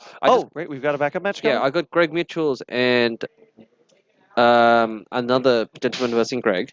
They're on table 8. So Greg Mitchells All versus Casey Locky. What? Who? So Greg Mitchell's on Rug. I already looked this up for someone earlier. Yep. And do we know which game this is? No idea. And who's Greg playing? Someone called Casey Yeah, there we Locky. go. And what is Casey on? Casey is on. This might be just a boring match. I don't know. He's on Jeskai Stone. Jeskai Stoneblade. Okay. It's a standard match, guys. We have Jeskai Stoneblade versus Rug. But they were conveniently Available. available, yeah. Yeah. All right. So we don't know the game context here, but Mhm. I'm assuming since we're 25 minutes in, they probably will be like game 3. Yeah, I I mean, guess. Casey has at least won the most recent game because Greg was. Oh no, wait. Greg won the most recent game because Casey was on the play. Okay, at least. I believe that's correct. Yeah. So it's at least one game to Greg, maybe a second. Or maybe they're just shuffling for 35 minutes. Could be. We will. The world will never know until we decide to ask them. Pretty much. All right. What is? Cindervines. Yeah. Yeah. I love that card. That's one great way to get rid of troublesome artifacts and enchantments. And also just punish people for non-creature spells, right? Yeah, it's amazing. Non-creature spell, ping for 1, sack it to blow up a thing and shock. Well, shock the controller. Destructive Reverie. Yeah. Solid card. Yep. Yeah, Greg should be at 18 from fetching twice. I love Cindervines in this deck, but just because it only punishes opponents. Yeah, exactly. It's wonderful that way. And that's how standard templating works. Judge, can you poke Henry real quick? Greg should be at 18. Yeah, we're gonna get the light discrepancies. He fetched twice. Yeah, fixed up. He should be on 18, and I thought it's somewhat important in this aggro matchup. Fantastic. Yeah. Double Cindervines and a Ooh, Wasteland. and a for Greg. wasteland. Oh my This is a gosh. crazy match here. Double Cindervines. An incredibly aggressive and strong start for Greg. It's just Cindervines dot deck. Yeah, why not? The good old Tomon Delva, Cindervines. Maybe Cindervines is the answer to Ren and 6. Probably not. Oh, but Casey's sitting on the Monastery Mentor in hand. Mm. He still needs to deal with this Delva, which whatever he does to Delva, he's going to take 4. Yeah, So Cindervines does 1 damage or 2? 1. 1 to Yeah. non-creature spells, right? So it's not Yeah. an Eidolon, which is probably a good point. But yeah, So it if does he hit wants to deal everything. with this Delva, he's going to take 2 damage minimum. Somewhat important when he's on 13 life. Library time for Greg. Wow, it's all gas here for Greg Mitchells. Ooh, path though for Casey. Yes, he wastelanded. Yep. Yeah, Wasteland is an important card in Mhm. Legacy. So yeah, I think the correct correct option here, if I'm in Casey's position, get the land, drop the Monastery Mentor, and then path the Delver. Puts you in the driver's seat. Has extra pressure then on the opponent. Sure, you take 2, but that's better than taking 3 every turn. Wait, Greg, however, is sitting on a Force and Brainstorm in hand. He plays Path? Yeah, he's got Path in hand, I believe. Path? Oh, not Swords? Path? Yeah. Probably just punishing the Rugdir, because I don't think they play basics. Yeah. There's a whole bunch of decks out there that just don't play basics right now. Why would he tap the double white? I don't know why he's tapping the double white, but if he does, he's going to have made a serious mistake there. Counting out how it Casey, works. Fix your mana, fix your mana, fix your Casey, mana. check your lands. Fix your mana. Check your lands. No. No. No. Oh, I think he just realized it. Yep. Just a little bit too late. I think it's probably not going to matter that Mentor He's is gonna get probably countered. going to get forced. Yep. Almost certainly. Think right now he's in the driver's seat, so I don't think he wants his mentor to resolve. Mhm. But we don't know what's in Greg's hand, but we know that he's at least got a counterspell and a brainstorm. Yeah, he's got a Force and a Brainstorm, and I think I saw a Dreadhorde Arcanist. See, I would like to be optimistic here and say Greg is in spirit of the Jank event, but no, this is just Greg Mitchell. Yeah, this is what Greg does. He, And I think that's a Lightning Bolt is his other card. he always brings interesting additions to his deck. All right, so here's the reason why. Pyroblast. That's why. Or Red Elemental Blast. That makes sense. Fire Blast, ping ping. Take 2. Also, Make him. Oh, the monk hasn't resolved also yet. Greg also gets takes the damage, doesn't he? For the force? No, because Cinderfind is his opponents, right? No, he forced. He pitched to life. Yeah, so he's at 17 now. Okay, gotcha.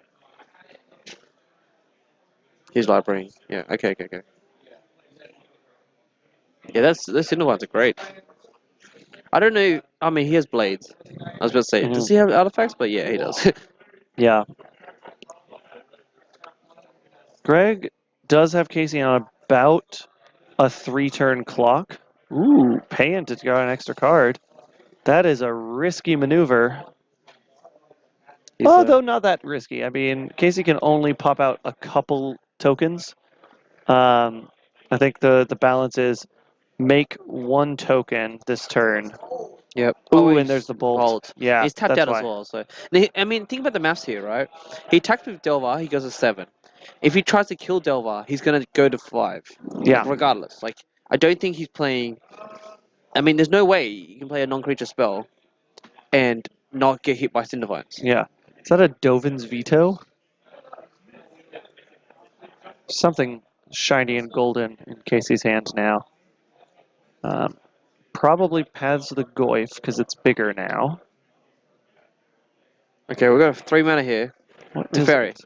I don't know.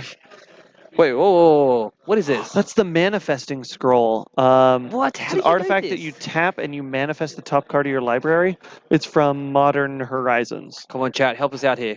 What What is this card? Is this new? Yeah, this is relatively new. Wait, is this in the recent set? In Modern Horizons, Modern yeah. Horizons. Okay. Maybe type in. No, you can't type scroll. You can't type in scroll in the card finder. Yeah. It's... What is I think it? by the time we find out, it might be over. But it's okay. No, because he can make 2/2s basically forever No, now. I mean like the time we go find out what the card is, he might be dead. But like I said, he's got 2/2 blockers forever. We're both on our phones now searching this up. Scroll of Fate. Oh, and it's manifest from your hand. Oh, There that's we actually go. pretty cool. Scroll Here of it is Fate. for everyone. Scroll of Fate. Tap, manifest a card from your hand. That's so hilarious. It's a 2/2, face down. And then he destroyed it with Cinder Vines. Yep. One of them. And then he takes 2. Which puts him at 1. Come on, buddy, you can do it. You need nourishing show. No, you're still gonna die. You need to play a Thrag Tusk. Stifle in hand? You need to play. What's that white Suddenly creature have- that gains life? Lots of them. Another mentor. He did get rid of the Delver somehow. Don't know how you kill the It Delver. was a Prismatic Vista was what he had. He turned it into a 2/2. And block the Delver? But yeah. the Delver flies. Eh? Yeah. Yeah, while we were looking that up, we completely missed what happened there. But it's okay, it's okay. We're good at commentary, folks. The Delver died. No, he must have played a sword. Because the Delver's in exile. Oh, that's right, he did. He passed it. Jump block. Yep. Yeah, he passed it. He had the pass in his hand. You're right. Mhm. And the true name Nemesis comes down. Yep. Let's see if Casey's got anything. Flusterstorm. No, Flusterstorm, swords, and something else blue. See, I think Cinder Vines won him that game. Probably. That put so much pressure, turned off the Monastery Mentors. Like, I would not have thought of bringing in Cindervines against a Monastery Mentor deck.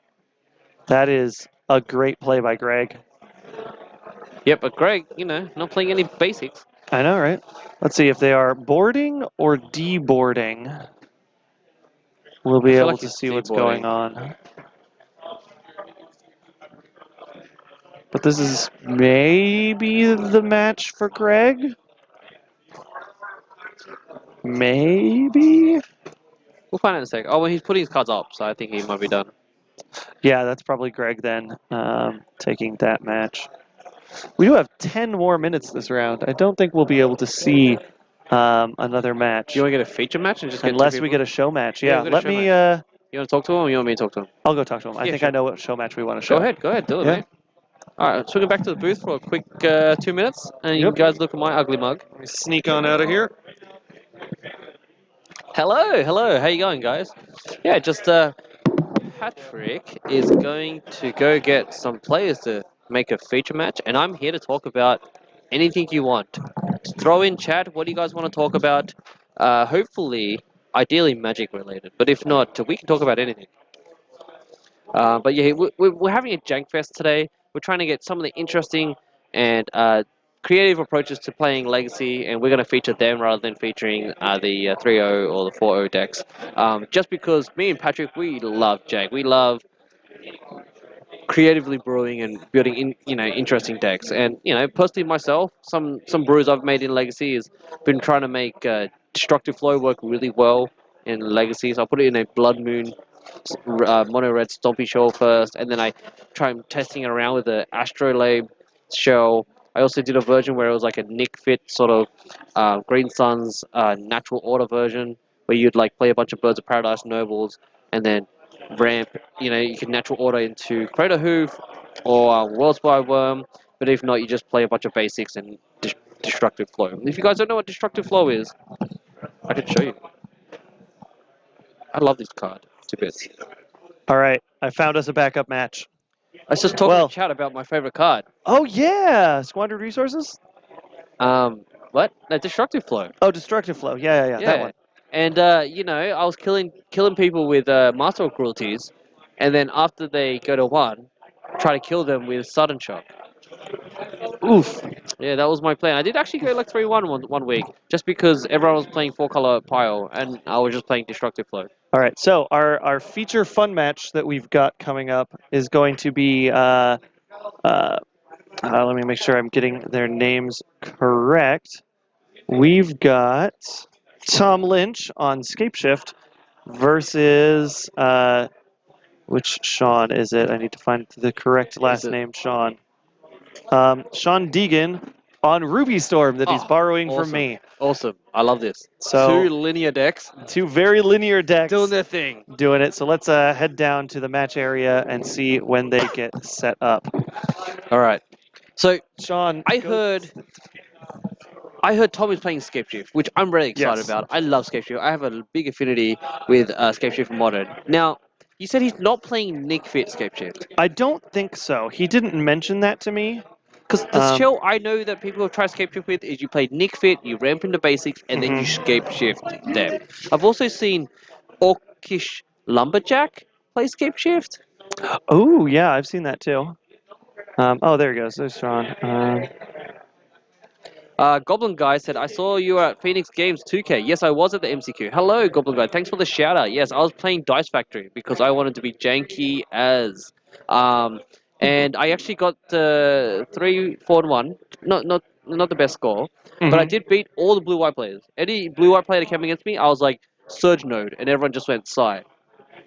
I'm like, Surge Node's Surge great. Node, Astro Cornucopia for 0, Dice Factory, my life away. Mhm. And it was fantastic. And I did actually storm off and kill someone with Aether Flux Reservoir against a Jesco player. It was hilarious.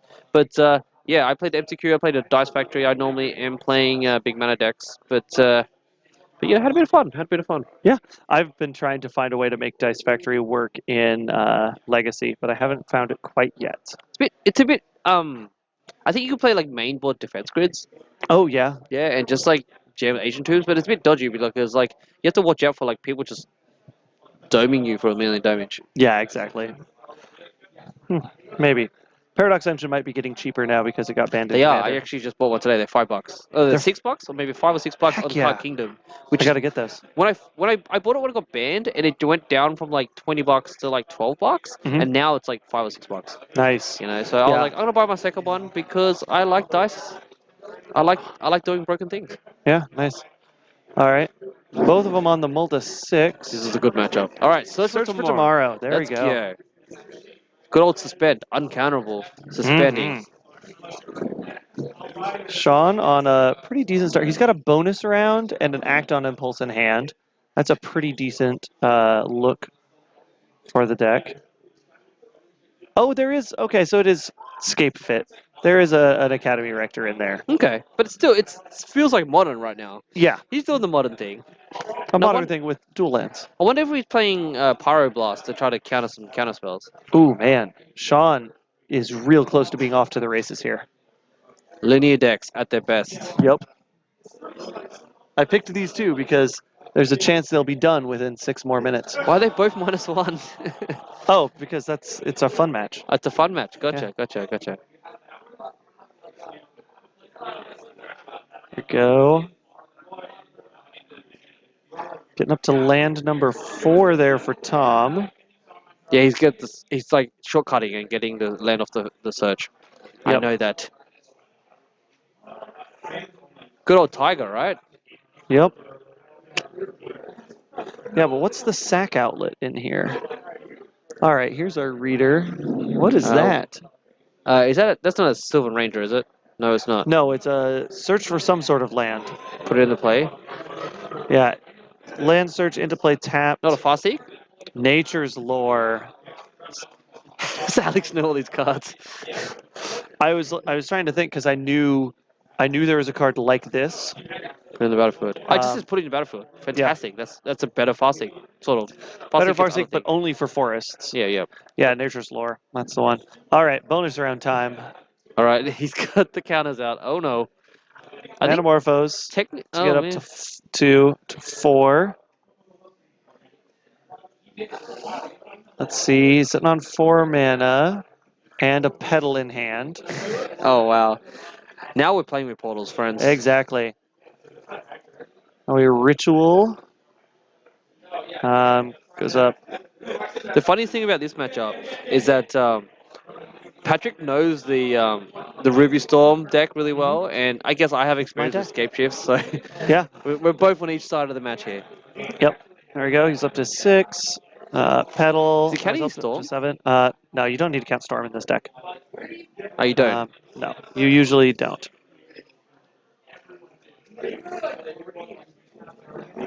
There we go. There's all 6 because he was actually at 5. Yeah, all 6 for Hazoret's Undying Fury, and you Exile roll top the 4, dice. you can cast them for free. Yeah, shuffle. You exile top 4, cast them for free. That's 4 less.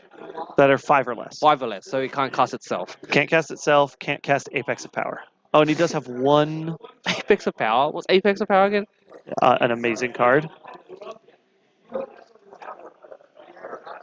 Oh wow! Wow! Okay. He's What do you got think? a sweet setup here.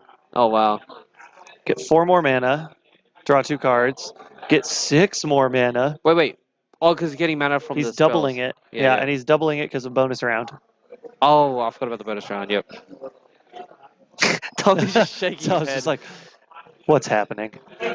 He's like Leaning F6. back. Here's the F6. Yep.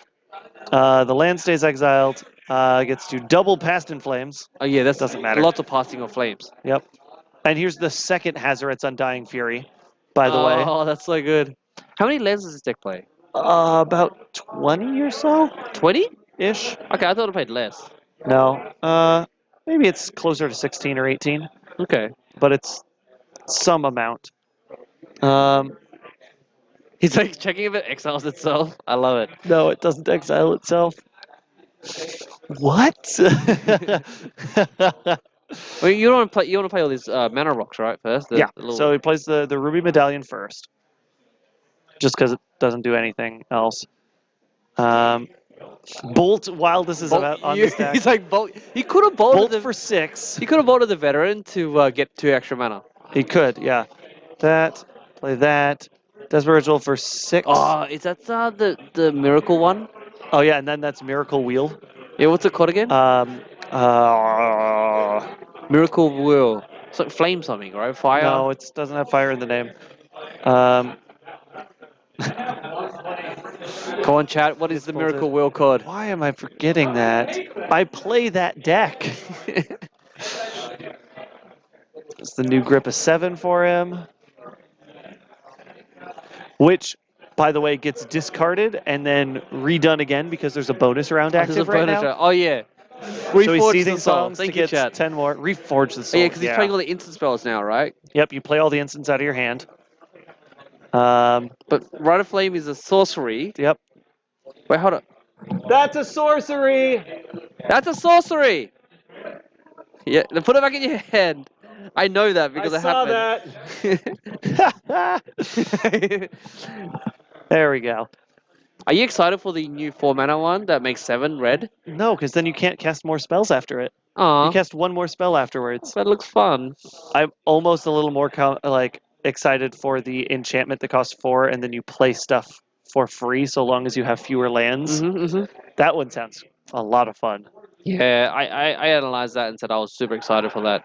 All right, here comes the next thing.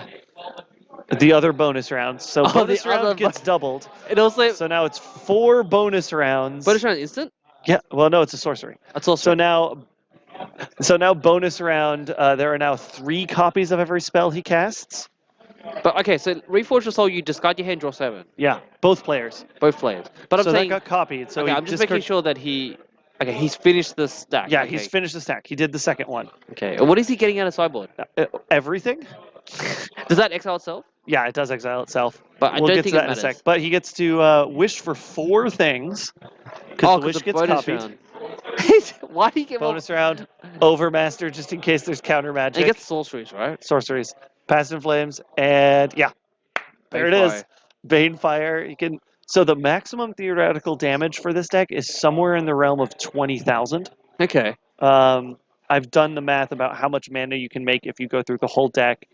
You bonus round to copy all of your rituals to something like you get 128 copies of rituals. Yeah. Whatever 2 to the 8 is. I think That might be 256. Yeah. I think what I saw you doing is you put a dice on the bonus round to Yes. represent how much you're bonusing. How many bonus rounds? It's like just finish it. Yep. I like it. I like it. That was good. Well done. Well done. Well, that Except was the our- Rite of Flame, but it's okay. Yep. Good work, Sean. And congrats, Tom, for playing a bit of Modern. I love it. Yeah. Major props That was to good. Tom That was for good. that. Good fun match, bud. Yep. I was really excited to see what Tom had in his hand. I was hoping he would show me what he had because I'm a big Skeptic fan. I love it. Yeah, we'll see. We'll see. Hopefully, we'll get a chance to catch up with him later. But let's bring it on back to the booth before we get started with round 4 in just a moment. We're already at time in the round, and I Mhm. believe we're on turns for 2 more matches left. Yeah, So, 2 more matches and they're wrapping it up soon. exactly. Well, welcome back to the booth. My name is Patrick. This is Lee. Hello. We're here at Card Kingdom's Mox Boarding House Seattle for the officially unofficial Jankfest 2019. Jake Fest. Ugh. Oh, yeah, sorry. Ugh. Yeah. Wow, watch the viewer numbers plummet after that. Oh, mate. So great. Anyways, Jankfest 2019 is just our normal Monday Night Legacy, except we've decided to convince a bunch of our friends to play Jank decks and highlight as many of them on stream as we possibly can. Mhm. So hopefully in this last round, we can get something nice and spicy. Hopefully the Soul Herder deck. I like Soul Herder. I They hope got the he's doing bye it. last round. If you had a choice, I know you Yeah. brought some decks today to help people get in the spirit of Jankfest, but if you had a choice, what deck would you have played today? It's a big choice. That's a tough choice. It might have been that Ruby Storm deck that we just saw Sean playing. Nice, nice. Mostly because with Deafening Silence getting printed, I'm not ever gonna play that deck ever again. Yeah, it's a good, 1 single mana Yeah. rule law, right? Yeah, single white rule law is so good. Mm. I just won't play that again because it's just not gonna be playable, which is a bummer. We'll see how many people put Deafening Silence in sideboards, but I'll definitely take a month or so off of it. Honestly, I would have played that, or I would have played 8 Rector Fit. Which is the other fun one I've got sitting in my case right over here. Yeah, personally myself, I would have played Destructive Flow, but that's another longer story for another day. Yeah. I saw a meme on Magic the Gathering Reddit Mhm. the other day when there was like the Scooby-Doo frames of like someone pulling off the Astrolabe, Yeah. and they're like pulled off the covers, and they're like, Uh-huh. "You're Death Ray Shaman." A little bit. It does the color fixing. Yay! How many judge calls have you had? Yeah, Judge calls about rules text, Oracle text. That was one of the over-unders we were looking for. Still only 1 Oracle text call tonight. Yeah. Barely an inconvenience. Yeah, I want to see Soul Herder. Soul Herder, yeah. Yeah, we'll see If if we that guy's can. still around. Because if he got a buy last round, then he wouldn't have a buy this round. Correct. Yeah. Yeah. Did I ever tell you I had a conspiracy theory for a while that somehow my name was rigged in Wizards Event Reporter because I got an unnatural number of buys in round 1s at the old local game shop I used to play at?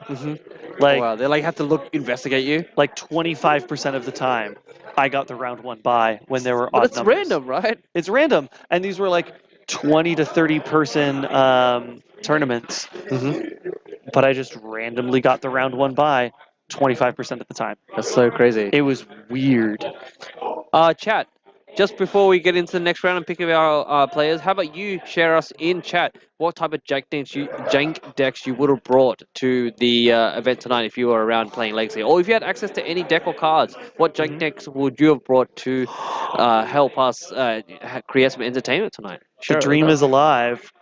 Table 10 is Tom on Scape Shift versus Bant Soul Herder by no Travis. way. Yeah. Escape Shift with Soul Herder. Yes, no way. Yes. Table 10. 10. 10, please. Welcome to Jankfest. We're looking at table 10. This is the perfect matchup. We wanted to watch is. Escape Shift go off. And we wanted to watch Bant Soul Herder. 56k is like 10. 10! I'm very excited. It's very rare that we get to call out for table 10 in round 4. 12 post prime time. Yes, Goblin Storm. I can +1 that. 12 post prime time. By the way, guys, I've only played 1 Modern Gnome Bandlist event, and I made second. I lost to Eldrazi Stompy, which is generally 80% of the meta, and I played 12 post primetime, just like literally like Green Sun primetime version in Legacy in Modern Gnome Bandlist, and I played Painter Servant in sideboard and confused every person that was playing that event. Oh, that's amazing. They didn't realize that when you add colors to colorless, colorless doesn't work anymore because it says colorless Yeah, either you can say colorless spells Oh. cost 2 less, Uh-huh. and then you're like, no, it's blue, but that looks like blue. It's not blue 2 now. less, Ooh, yeah. and it confused everyone. Oh, I named green most of the time because Oh, you can yeah. green suns and grab an Emrakul. Oh, Kind of cool. that's neat. That's a good tech. It's Mhm. good tech. All right. Well, anyways, we are going to go down to the booth, or not to the booth, to the match area for our round 4 match of Bant Soul Herder versus Nick Shift, Scape Shift, Nick Fit I something. think he might have Living Wish as well Probably. to grab Valakut. Yeah, that would work. Yeah, that does work. All right, excited. Let's go. Hey! Yeah, let's see. And I guessed right. I'm 2-2 on sidedness. Wow. At least for first Bant round. Soul Herder. I wonder what he's got. Like, I mean, Bant Soul Herder is an interesting upcoming deck in Modern. I wonder what he's put in here to make it Modern, like to make it Legacy. Yeah, so here, for those of you who aren't familiar, here's Soul Herder.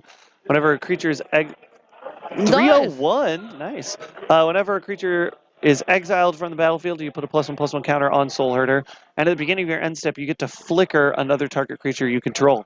So you're getting to grow this every turn, and you're getting to re-trigger your enter the battlefield effects. I wonder if he's playing like, Mother of Runes, Maybe. a bit of Force of Wills, Hmm. or he's just playing Modern. That's not Soul Herder. Nope. That was what happens when you type in a backslash into the card picker. It assumes you mean ____ the unnamed uncard. Is that what it's called? I don't know. It literally has no name. Still not as good of a name as X. Tom's like, I take on. Ooh, a Volakut in hand. There is that. Grab cards of Forest, right? Yeah, Nature's Lore that we saw last turn. Yeah, Nature's Lore, which gets a forest card, put it into play, then shuffle up. Seems good. It's 10-2 ramp. Yeah. It's sort of awkward because I don't think Soul Bant Herder is going to be killing this creature. I mean, if it blocks, maybe, but It could. Yeah. do you think Tom is playing a random Phyrexian Thingamajiggy? Do you think he's playing a random Phyrexian Gutshot? Tower? Oh, Phyrexian Tower? Maybe? Or maybe he might be playing Bolts. I don't know. Yeah, Tower would be good. Bolt would be good. What else? Is there a way to like sack creatures to get lands? Because that would be good. Ooh, and there's the Volakut. Valakut, yeah. Just attack on the 1/1. Yeah. Veteran Explorer beats. Ooh, Ice Fang Coatl. Block. I mean, he could have blocked and ramped, but that's also bad for Yeah, the that outside. could turn on Volakut, though. That's the problem. That would turn on A Volakut. little bit of a problem, but you're right, yeah. Because Volakut, you need 4 mountains? Okay, so he's playing That's, Ponders. that's how you kill it. Valakut. Oh, you're Yeah. right. Valakut can shoot your own guy and get more mountains. Oh, wow. No, it's you need 7 lands, so it's 6 mountains. The multi-variable. Yeah.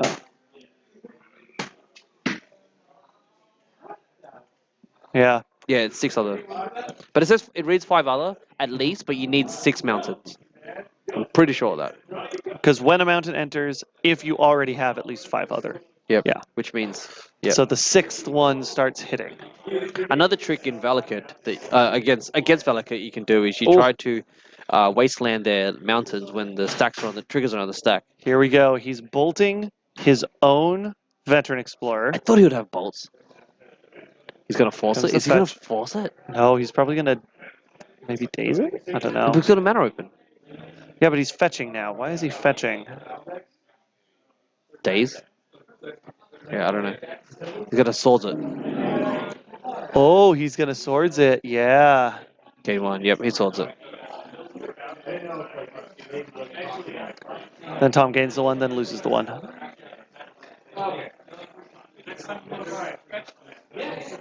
That's prime time.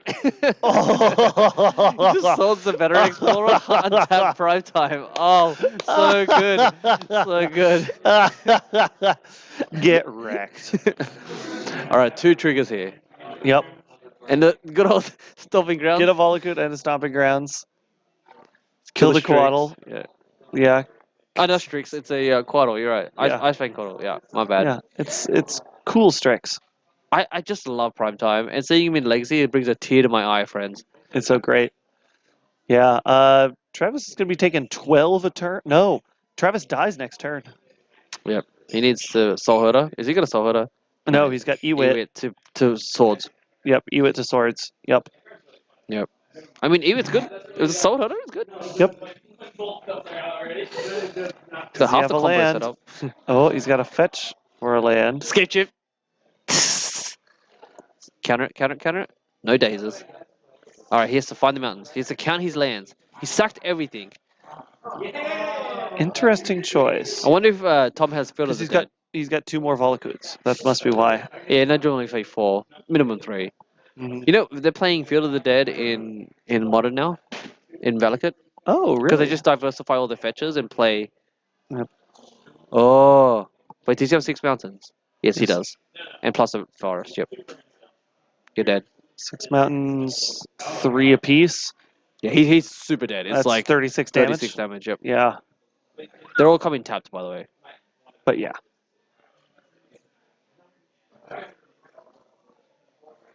So, for the chat, he's talking about untapped. Oof. Nature's Law brings a forest in untapped. Yep. Any forest card comes in. Yep. So that's why he had the mana open. Well, Tom may have the disadvantage of not knowing what the heck Travis is doing. Just looks like creatures. Banned creatures. Yeah, and Travis though may have the disadvantage of not having a sideboard prepared for Nick Fit Scape Shift. Hmm. Because it's like, how do you like you have counter magic for Scape Shift obviously, and for Prime Time, but there's not a whole a lot of people don't tune their sideboards for lots of land stuff. The awesome thing about Tom experimenting with Scape Shift is I've seen him bring this before, and like I don't think people are, apart from Wasteland, I don't think people are ready for like land, combo decks. I mean, Yeah, Depths is a land combo deck, I guess, and Lands is a lands combo deck sort of thing. Mhm. It's more of a prison deck, but this just goes off all at once. yeah. I think it's unexplored territory. That's all. And land combo decks are just really hard to interact with. Yeah, as you probably see with the highest meta deck at the moment. Mm-hmm. So we'll see. We'll see how this goes for Tom in game 2. Oh, I need to reset our timer here. I got so distracted by the amazing play we had going on that we had the time start. We're only 7 minutes into this last round. And Tom already pulled off a win with Nick Shift. Yeah, good old Scape Shift. He even had the it's like Lauren. No, what's the set that has the old Scape Shift? Lorwyn. Lauren. Yeah. Yeah. Wait, I didn't play Standard during Lauren. How was that? I also didn't. That was during a gap where I did not play much Magic. Heard there was a lot of like tribal creatures, right? Mm-hmm. I Like stopped playing during original Ravnica and then didn't come back until Innistrad. I love that, like, I've been playing Magic for like what 6-7 years, Mhm. and like everyone always has that story, right? Everyone has a story. It's like, where did you start? How did you get into Magic? Like, what was your first Standard deck? My first standard deck was a really bad version of Standard Elves from Scourge block. Well, Onslaught block. But I got the Scourge Elves Precon and built out from there. Do you Still have the majority of that deck Do you together still have somewhere. that deck today? I told a story once before of bringing that to a legacy tournament. The first one I went to many, many years ago and playing it because I did not understand what legacy was. Went up against Merfolk in round 1 and thoroughly infuriated the Merfolk player by just having Wellwisher gain me obscene amounts of life, but me being absolutely unable to kill Merfolk. Because you're just like, I don't know. Yeah, I don't know. I can't win, but I can make you not win. Was kind of what I did. Okay, so Tom has bolted his own, Hmm. Tried to bolt his own vet, and but then it he got sword, swords. Got sword. Yeah, he gained a life, and then suspending his search, which is kind of funny, right? It's like, little I'm bit. just trying to kill my own creature. And shocked to the stomping grounds to suspend the search, Mhm. which is fine. Not this card There's the again. Nature's Lore again. Find a forest. Travis like, sure, man. You know what you do. I know what you're trying to do. Do You know it. what's another interesting card that reminds you of 2-mana ramp? Into the North.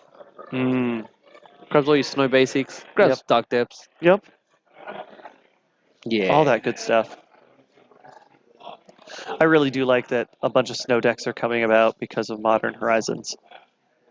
So weird thing about snow at the moment, and like there's good and bad things because Astrolabe's like making everything like mana crazy. You can play Vista and Astrolabe and like be 4 colors and fine. Oh But- yeah. I've seen my friend recently. He was playing, just like 3 combos in the same deck. He's just Yeah. like copycat, everything basically. hmm Yeah, all the combos in one deck. Stop the sword. Might as well play Tron in there. I don't know. Yeah, why not? You can. Until people find a way to adequately punish it, it'll be that way. This- And there won't be adequate snow punishment cards until they print another set that has snow in it. There is a snow card that says snow permanents don't untap. Oh, It's an enchantment, okay. but I think it's like 3 or 4 mana, Yeah, that's a bit much. Maybe though. I might have to look into that. and it may or may not have cumulative upkeep. Oh, yeah. I'm not sure, but it's just something about snow permanents not untapping. I already looked into it. I really wish there was more of like something. They need to make a cheaper Eon Hub. Hub, Eon yeah. Hub, the artifact where you skip your upkeeps. They just need to make a cheap Eon Hub type effect. I'd be happy. Why do you want people to skip the upkeep? Well, because then you can do dumb things with cumulative upkeep, not accumulating. Oh yeah, right. I mean, you can do the other dumb thing where you have the thing that skips counters. Yeah, that's true. But more like just getting around more detrimental upkeep effects. Just get that main deck hardened scales meta. I tried that. I tried Simnic Fit for a while. Someone has tried to suggest a card. Oh, Fraley's is around. Yeah, cumulative upkeep 2. 2. 2. What is this? Ugh. Thank you, Chad. I appreciate it. Yeah. For those watching at home, Fraley's is Radiance. Snow permanents don't untap during their controller's 'Cause untap steps. you're okay Cumulative with upkeep 2. You're okay with paying 2 than 4 than 6 mana, right? Just to make sure you choke your opponents. Mm-hmm. Yeah. No. Oh wait, snow permanent, so it stops your The flash, Quaddle from untapping. your Yeah. flash snakes and your Astrolabes. Yeah, get 'em. Yeah, then maybe almost worth it, but you need a way to not. Yeah. I choose errata cumulative upkeep. So it says 0. Nope. Oh, is that a choke in Nick's hand? Or sorry, in Tom's hand? I mean, yeah, so he's always had like 3 chokes inside one, I think. Yeah. He's There's forcing a it. force. Yep. Yeah, it's Snap Force. Oops. Wait, Veil Summer! Veil of Oh, Summer! get him! Get him! Wait. But what happened? Why did he go to the graveyard? Second force? Maybe he had a second force. Yeah, he has a second. Yeah, second force right there. Aw. Aw. He's probably Got waiting. so excited. Well, he was probably holding that force for the prime time. Yeah. Yeah, second force also matches with the life totals. Yep, makes sense. But that Well, Veil Summer, sort of nice. Mm. I mean, Tom nearly had it. That choke would have He been devastating for him. The choke would have absolutely destroyed Travis. Ewit, go back force. Uh, Ephemerate, yes. yeah. So you can bounce the Ewit. It is Soul Herder. Yeah. It's This is it's Soul Flicker. Herder. I mean, I think that's unexplored territory again, right? hmm Yeah. I think it'd be good, like just because it's just value creatures too, with like ETB value effects. You telling me to play top orb in main? Is that what you're Pretty telling me? much, yeah. You're gonna start needing your Topor orbs. Get around the Strix value.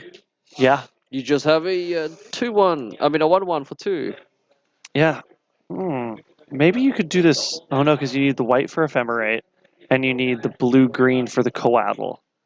Rather than. Wait, hold up. That fetch went back into his graveyard. Into his library. Is that right? No, he's Green Sun Zenithing. No. Oh, I put the green songs back in. You're right. Yeah.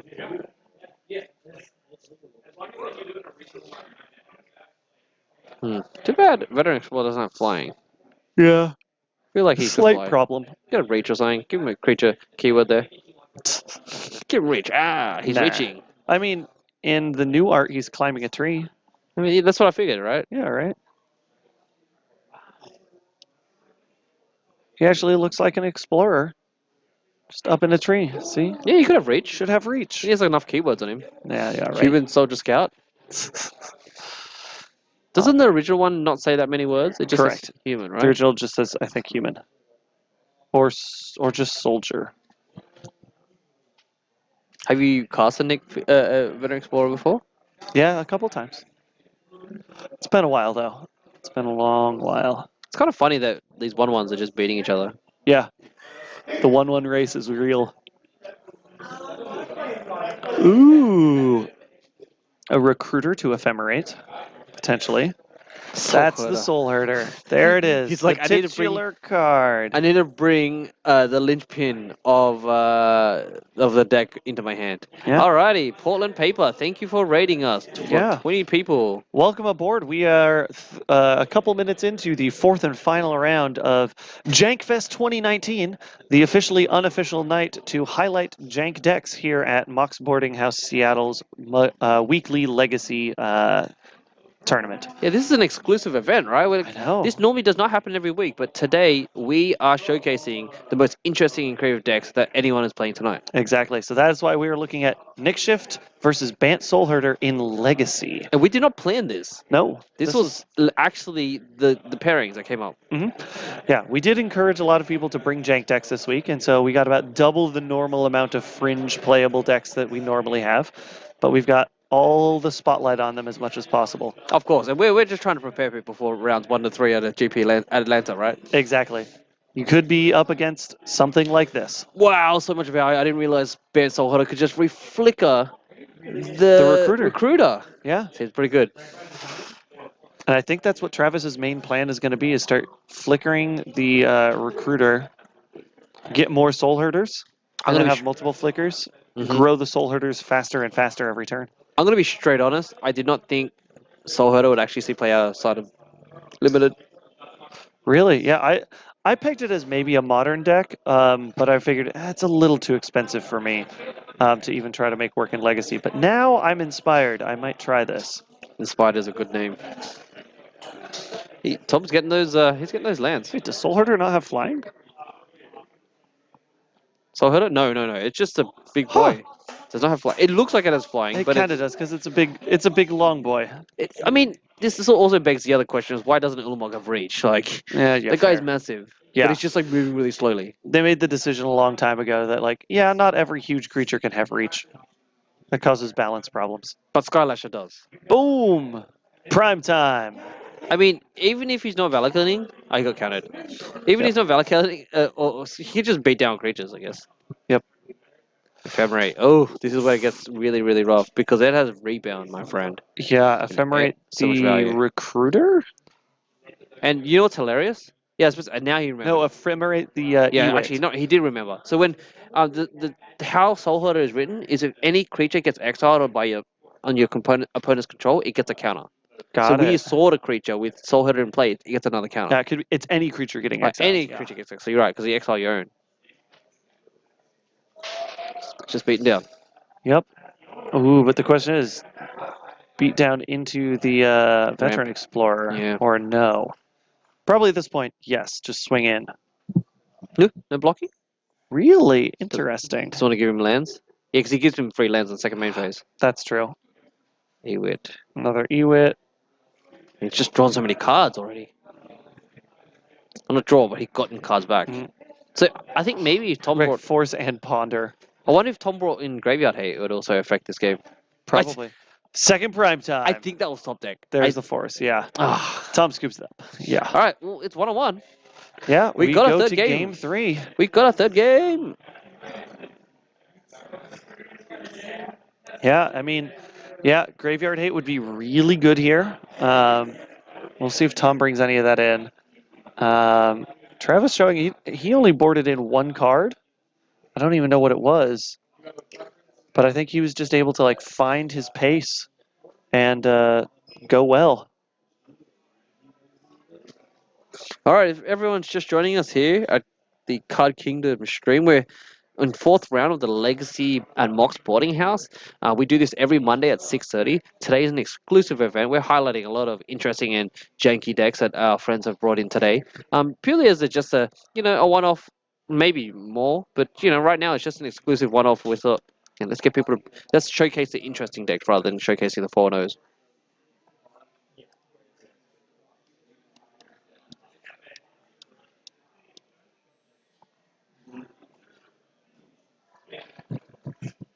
All right, so In case you want to join us next week, we do this every Monday. We're about 3 hours and 15 minutes from when we started. So 3 hours and 15 minutes ago in your local time is when we usually start these. yeah, in about 30 minutes, in about like probably 30 or 40 minutes time, Mhm. the video demand of this Jankfest is going to be uploaded. So if you missed the start of it, you can go back and just watch all the other funness that we had at the start of the round. Exactly. And coming soon, you can see in the bottom left of the stream, we've got a link to a YouTube channel for Mox Boarding House. Very soon, we will be uploading the past year and change, or over a year worth of videos from legacy broadcasts. Yep. We've been saving them all, but have not been uploading them because that takes time and effort. And now we've got someone who's willing to put in some time and effort to get those all uploaded. So very soon, we should have those up. If you go to that YouTube channel and subscribe, you'll see when we dump them all, or slowly trickle them all out. Or if you follow Card Kingdom on social media elsewhere, they'll for sure talk about it. Or tune into one of these streams in a future week, and we'll also talk about it once they're up and available to watch. It is a great resource of a ton of amazing matches to watch with commentary going back over a year. And if you really miss Deathrite that much, you can go back and watch some Deathrite matches. Yeah, if you really miss Sensei's Divining Top, you can probably go back even further and find some of those. Yep.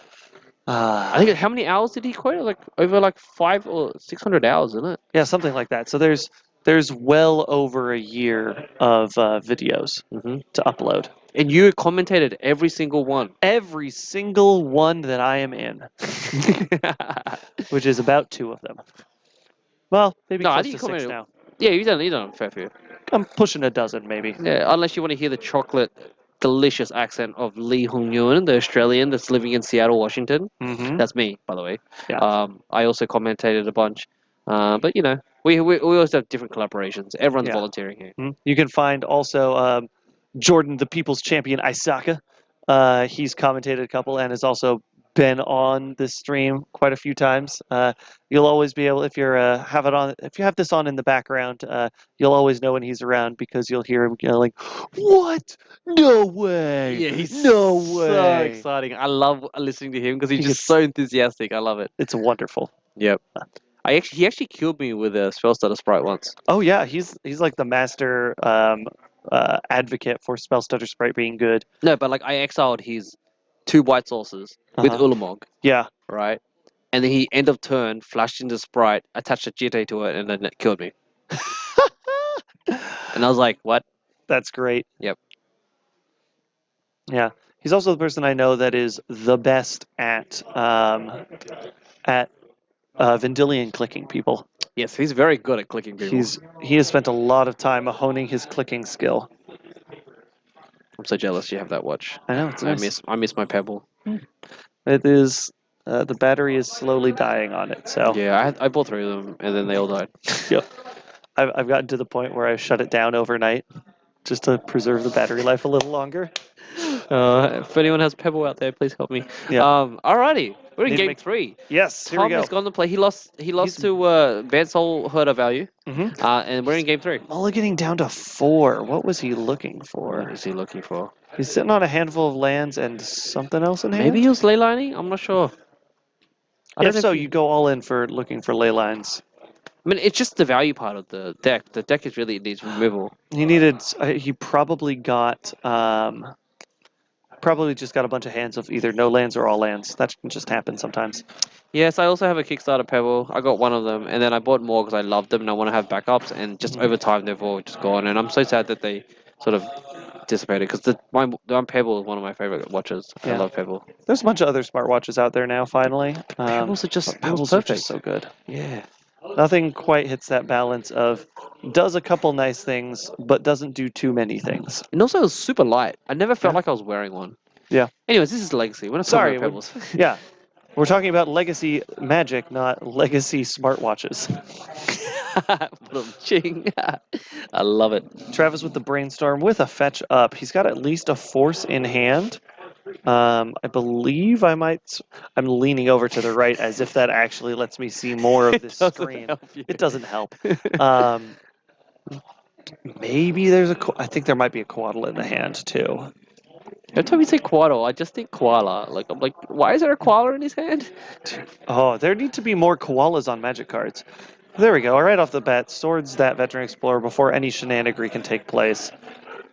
Pro tip out there, if you are a deck that runs Swords to Plowshares and you are facing down a deck that has a Veteran Explorer out, always swords it. Always Um, thought it. It looks like a symmetrical effect. You'll get 2 lands, they get 2 lands. They have more big dumb cards than you do. Trust me on this one. I've played many, many years of Nick Fit. I love how like Tom casts Nature's Law. Is that what it's called, right? Nature's Law. And he just like puts his hand on top of the deck and he's like, I'm assuming this resolves. He's like, whatever. Yeah, that's not, in Travis's case, that's probably not what you want to be countering anyway. Of course. Save it for the prime times. Save it for actually the prime time. And save it for the scape shifts. So in Cloud Post prime time, it's just the best feeling grabbing a Eye of Vegan and a Cloud Post. Mhm. Because then you just untap and then do bigger stuff. Yeah. Do you run Emrakul Promised End in that? No, just big No? Emrakul. Bigger Emrakul? Yeah. She does the job. That's true. It's less about attacking with her and just like casting her. Because people normally scoop. You went back a fetch. Interesting. And there's a scape shift from Tom on Ooh. turn 4. Okay, I wonder what he's doing here. Yeah, And this they're not is frozen, interesting. folks. They're actually Mm-mm. just thinking about what's happening. Yeah. What is interesting. happening? I guess maybe Oh. because Travis doesn't run Wastelands, at least as far as we've seen.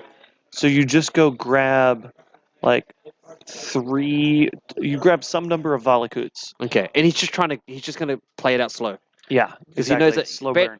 Ben's Soulherder is a slow deck. Yep. It's a very, very slow deck. And you grab the fetches. Good Interesting. choice. That's an Good interesting choice. Yeah. Funny that actually, I used to do this in Modern sometimes when I had a Kosorov Crewfix in play, Oh, just to gain life and did my whole library. makes sense. It feels good being able to like sack 5 or 6 lands and then just Mhm. getting 5 lands out of your library, which is some of them being fetches, and then gaining 5 life. All right, Soul Herder's Soul swing. Herder. Swing in. Oops. All right, this is the part where it gets really tricky. Yep. Because this is the main combo. Yep. There we go. Flicker it. Get back. A brainstorm. Seems Yeah. pretty good. Kind of double fetch and upkeep. And get that value. Interesting. Yep. He runs shocks in the deck though. True. And the Cinder Valley or whatever the cycling land is. Sheltered Thicket? No, the Cinder Glades? Cinder Glades. Yeah. That's Why the not ramp fetch spell for again? those? What is? It's Nature's Law again, isn't it? No, that's 3 visits. The three. God, man, what are these cards, man? Is it another just grab a forest tapped? Yeah, 3 visits. Search for a Oh, it forest, just put says it the into same play. Yeah, it's the same as So you Nature's got to Lore. shelter stick it. Oh no, Yeah, you got to Cinder shelter stick it. Oh yeah.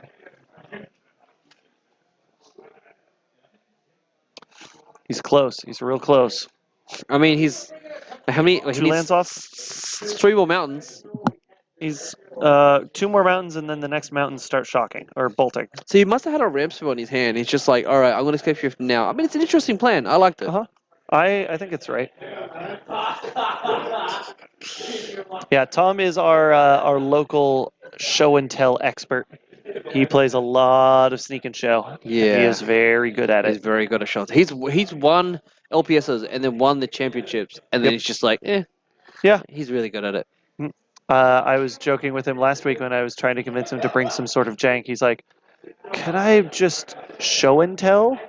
I was like, "Yeah, but you could bring show and tell. You just can't show and tell Emrakul or Omniscience." And he's like, "Ooh." okay, maybe. But then he ended up with this, which I'm very glad to see. I think if I had a choice, actually, Mhm. I probably would have brought in Legacy Elementals. Ooh, yeah. Yeah, it's the same elemental deck in Modern, but you can have Force Wheels in there. Okay. There is a deck that Sean, the guy who's borrowing my Ruby Storm deck, made sure I spotted, which is a 5-color Morophon Slivers deck. Okay, I've seen that. That's pretty cool. Yeah, so you use Morophon, which you pick a creature type and reduce the cost by 1 colored mana of all spells of that type. Mhm. And so you just play that and all the 5-color slivers. Yeah, don't have colorless in them. Exactly. And so you cast them for free, Yeah. essentially. There's one that has Shroud, which is it gives you Slivers Shroud, which is not your No. Slivers or Slivers. Gives slivers indestructible for just colored mana. Sorry, yeah. It's a blue-white one, Yes. which is sort of crazy. Oh man, Coloring Oracle, so much value. Coiling Oracle is amazing. Like it just gave him an extra free land. Mhm. So many It's- dual lands in his deck, but Yeah. you think about jank or value. I mean budget. No, his guy's got all the dual lands. Yeah. 2 soul herders too. Wow, Wow. it's 2 counters because On it's 2 each. instants. Yep. That's some serious threats there. Time is ticking down for Steve. Tom. Steve, good old Steve. Steve is a good guy. Yep. I love Steve. Steve. He's Steve. At least he's got a blocker now. That'll buy him a little bit of time. Escape shift. I mean, he's Brainstorm? brainstorming so much. Yeah. I think he's probably Bant- gonna have a counter spell in there. He's got a force will in there. Bant Soul Herder with access to Brainstorm. It's really good. Because, yeah, every turn he's getting something back from his yard, and he's either drawing his top card or popping a land into play from his top card. Mhm. That's real good. Bit of value. I mean, like a Also- toxic deluge right now would be like black. Yeah. Also, I think because of how Soul Herder is worded. Yeah, so the way that Soul Herder is worded, you cannot. I don't think you can use 2 Soul Herders to flicker the same creature. No, you cannot. So that's why you need multiples. He won't be able to get 2 things back from the yard. He won't be able to draw 2 cards with the Coil and Oracle. He has to. Yeah, but he'll Have get each a card turn back another. and then also Oracle as well, which is kind of cool. Steve blocks the big one. Takes 1, 2, 3, 4. Mhm. Get like- a mountain. The weird thing about this deck is like because they play 4 Ewids and 4 Soul Herders, like when creatures die, you sort of get them back ish. Yeah. You know what I mean? Another thing, they play 4 Ewids. Like who plays 4 Ewids in a deck? Soul Herder. Soul Herder. All right. I don't know. I'm a Scape Shift boy, and like I just really hope there's some sort of Scape Shift happening soon. Mm-hmm. These Soul Herders, they're beaten down. They're doing really well. Yeah, the beatdown plan is working real good. Tom needs like what do you call it? Like anger or something. Anger of the Gods, yeah. That'll only help a little bit, though.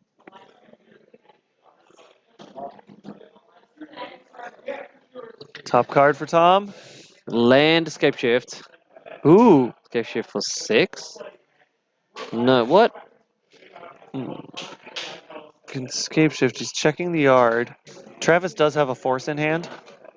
I think he's just doing it because it's his last turn. Probably.